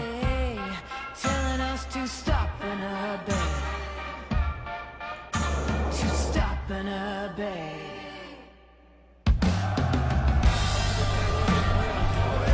They're pouring water on the lava, but the water still burns.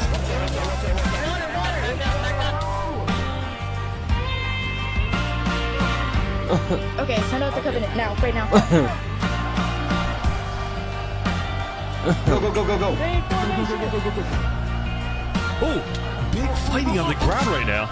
Covenant is attacking from behind. Keep going! Skin shine. Jumping sky silver climbing, holding Mary sing songs in the wet rain. Walking ahead. Shields up! Shields up! Some heroes, guys. They have some heroes. Now every new day is a new firearm to my teeth. Just chaos on the ground as well. Yeah, there's so much chaos everywhere. This is crazy. Get down off our mountain.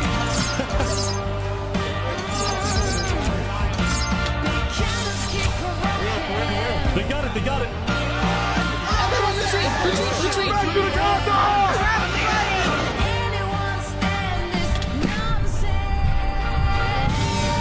Oh my god.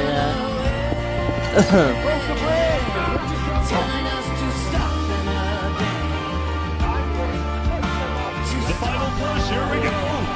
Holy crap! This is it!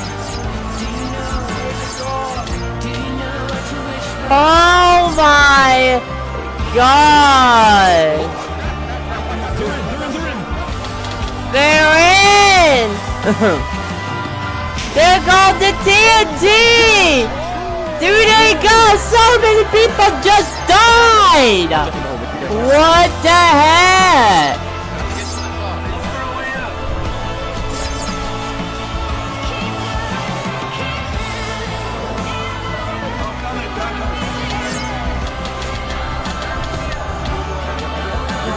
People are dying left and right!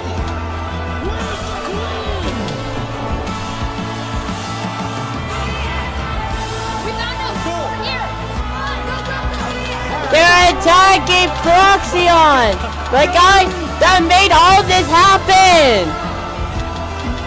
Oh my god. They're killing her!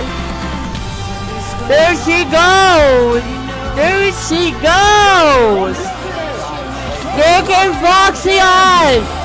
They're attacking Proxion!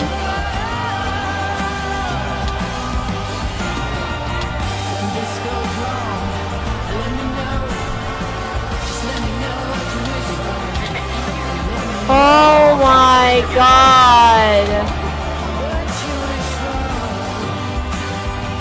Oh my god!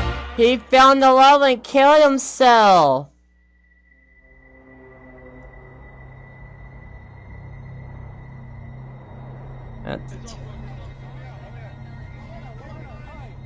Days later.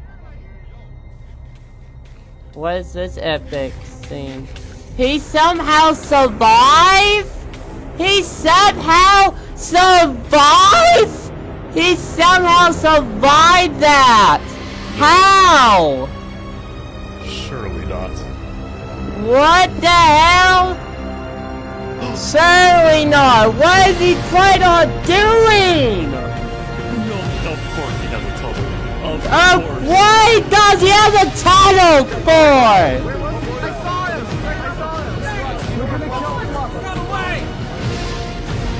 He built a tunnel! He's missing? Hold on. He's messaging now! This epic music is playing! What is he planning on doing now? He survived! Okay, He said, I'll be there. Let's go. They're going! This is epic! This is fucking epic!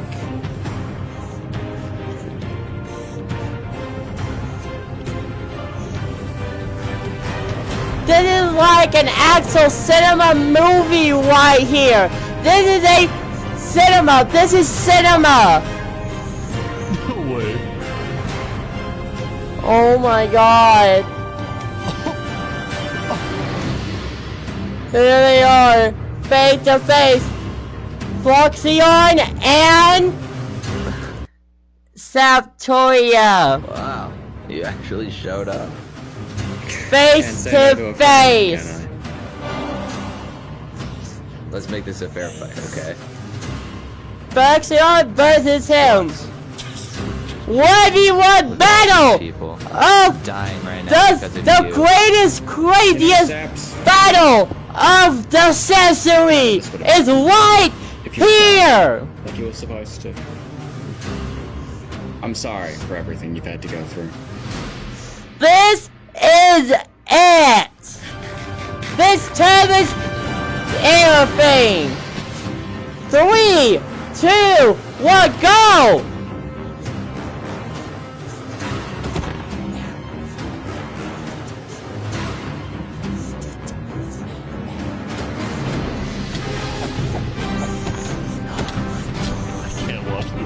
He can't watch this! This is the most craziest 1v1 battle of Minecraft history! Of the entire video! Who's going to win this? Oh my god! Oh my god! Oh my god! Who's gonna win this? Oh my god! Oh my god! Oh my god! I don't know! I don't know! Who's going to win this? He got with the lava! He got with the lava again!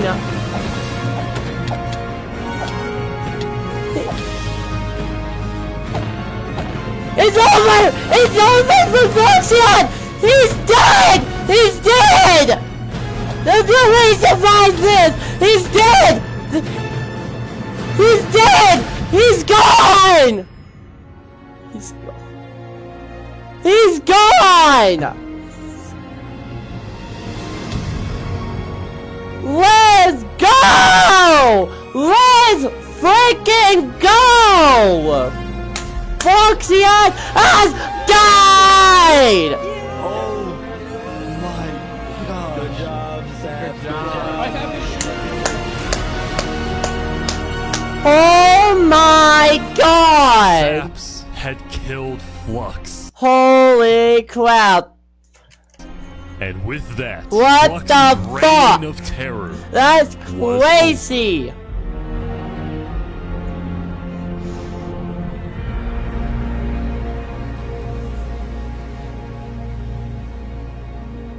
Wow. Wow. Wow. And then here's what happened days later. This is the ending to the video. Today, we gather to honor the lives lost in the Battle of Infernus. Everyone put salute emojis in the chat. Everyone that's still watching, put salute emojis in the chat. There's probably nobody's watching, but that's fine.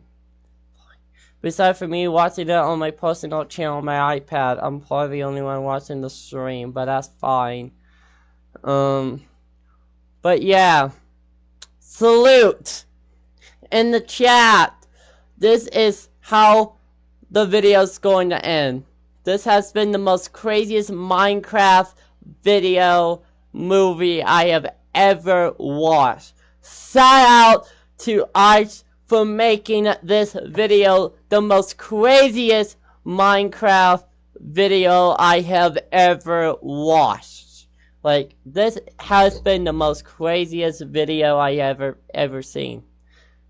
I can't wait to see what Steak's reaction is going to be to this. I'm going to definitely check out Steak's stream of him watching this. I can't wait to see how Steak reacts to this. We haven't felt the same. I know I certainly don't. The Island 2 West Helm Alliance had defeated the Infernus forces.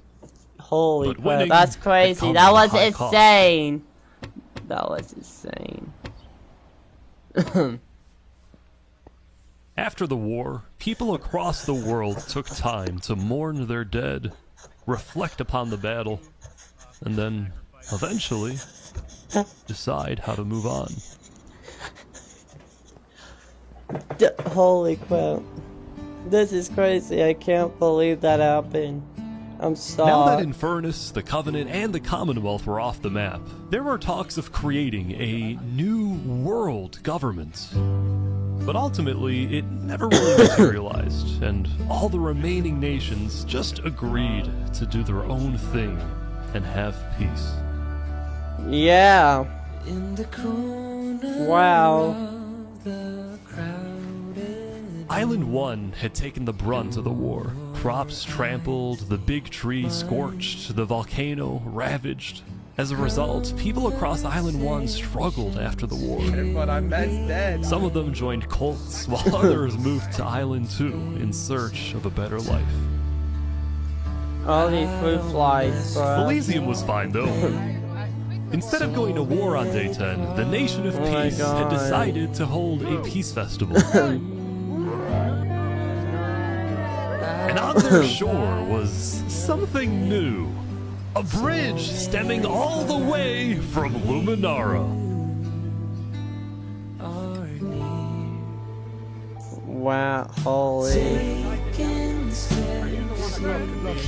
And so everybody lived on in peace, including Saps, who at long last had returned to Island 2. Wow. This brings back memories. This brings back so many memories. Still, This the could be so world sad. wasn't totally conflict-free. The Cass Coalition Bakery was yet to be exposed for causing the death of Wood Daddy. And Knight Arcturus was still in hiding, yet to be found by Westhelm. Wow. It's a big world, so it's not a surprise that many stories like these may just never end. Yeah. But I think there's some beauty in that. Yeah, definitely. So slowly lose control. Wow. Yeah, we still have some work to do. Wow. We will catch that traitor. But tonight you can rest. You've made your emperor very proud. Jury, you have heard all of the evidence. If you find Thomas 5200 guilty of aiding Fluxion with his reign of terror, jump now. Thomas, may you find mercy in the end, senor. There he goes. There he goes. When we first met, Dang. I ran away screaming from you because I thought Dang, you I saw my blue flies in my room. I don't know how to get rid of for like them. 5 minutes. I realized you could blow up my nation and kill all my citizens, but that doesn't mean you will. Barbie, do you take Oppenheimer to be your one and only candidate? I do. Now they're getting married. They're getting married in Minecraft. This is so. Barbie This and is Oppenheimer have requested crazy. that instead of rings, they will both exchange something slightly different. Get Would you off. please turn your attention to the nuclear bomb that's behind us? 3, 2, 1. The rocket! The rocket! Holy crap. So slowly lose control. Wow. Flex on goodbye, friend. R.I.P.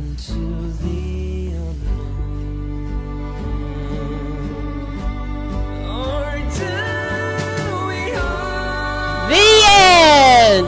Thank y'all so much for watching. That was the 100,000, that was the 1,000 player Civilization Port and Witch movie. That was crazy. Link to it is down below in the description. That was my reaction to it. Hope y'all enjoyed. We lost 52 front rings, but I don't give a fucking crap. Hope y'all enjoyed. That was the most craziest Minecraft. That was an absolute peak. That was absolute cinema right there, chat. Shout out to everyone that came to the stream. Shout out to everyone that was watching while I was watching the video. You've got to check it out for yourself. It will be linked down below in the description. That was the most craziest video I've ever watched. And yeah. that was my reaction. Thank you so much for watching. My name is Isaac Lazef. Like, subscribe, turn notifications. I do stream every single day. Well, I do try my best to. So you better to come to more of my streams. Anyways, if I'm live tomorrow, come to it. But if not, you better come to Thursday's live. You better come to Friday's live stream. I think tomorrow's Wednesday. So if I'm live tomorrow, come to it. But if not, I'll be live on Thursday. So you better come to the Thursday stream if I'm not live streaming tomorrow. But if I am come to it, if I'm not, come to the Thursday stream. I'll be live on Thursday. Hope y'all have a lovely day, lovely night, chat. Thank y'all so much for watching. Link to the video, link to the channel is in the description. Shout out to Iris for making this crazy reaction stream possible. That was the most craziest video I have ever seen. Like, by far. Shout out to Ballers, shout out to Matthew, shout out to Scabby Toy Pop, shout out to John for being here, shout out to everyone, bruh. Shout out to everyone that was here. You guys have been amazing. W stream, that was the most craziest video I have ever seen. Just like, wow. W video, chat, W video. Anyways, I'm gonna try to get rid of the fruit flies. Watching Steak stream now he's about to go do. Hope y'all enjoyed, and then tomorrow I'll catch up on some more of his streams. So ready, chat? I will see y'all tomorrow, maybe with another live stream. We'll see. Anyways, I'll be watching Steak stream tonight, and then if I want to continue watching Steak stream until I go to bed, I can on my iPad. We got some catching now. I still got a lot of stream to catch up on. I'm going to be watching Steak stream tonight, and maybe on top of that, I'll also watch another stream that I still need to watch from the past few days. So, yeah, anyways, like, subscribe, turn notifications. I'll see y'all tomorrow if I'm live. If I'm not, I'll be live on Thursday, so you better come to that. Anyways, see y'all then. That was my reaction. That was crazy. That was the most craziest Minecraft video I have ever watched. Holy crap. That was crazy. I'll see y'all again tomorrow. Goodbye, chat. Like, sub, turn notifications. I'll see y'all again tomorrow. That was a crazy video. Absolute cinema! W's in the chat! W's in the chat! That was the most craziest video I've ever seen. Anyways, I'm gonna go now. W video, W stream like always. Goodbye. That was a great video.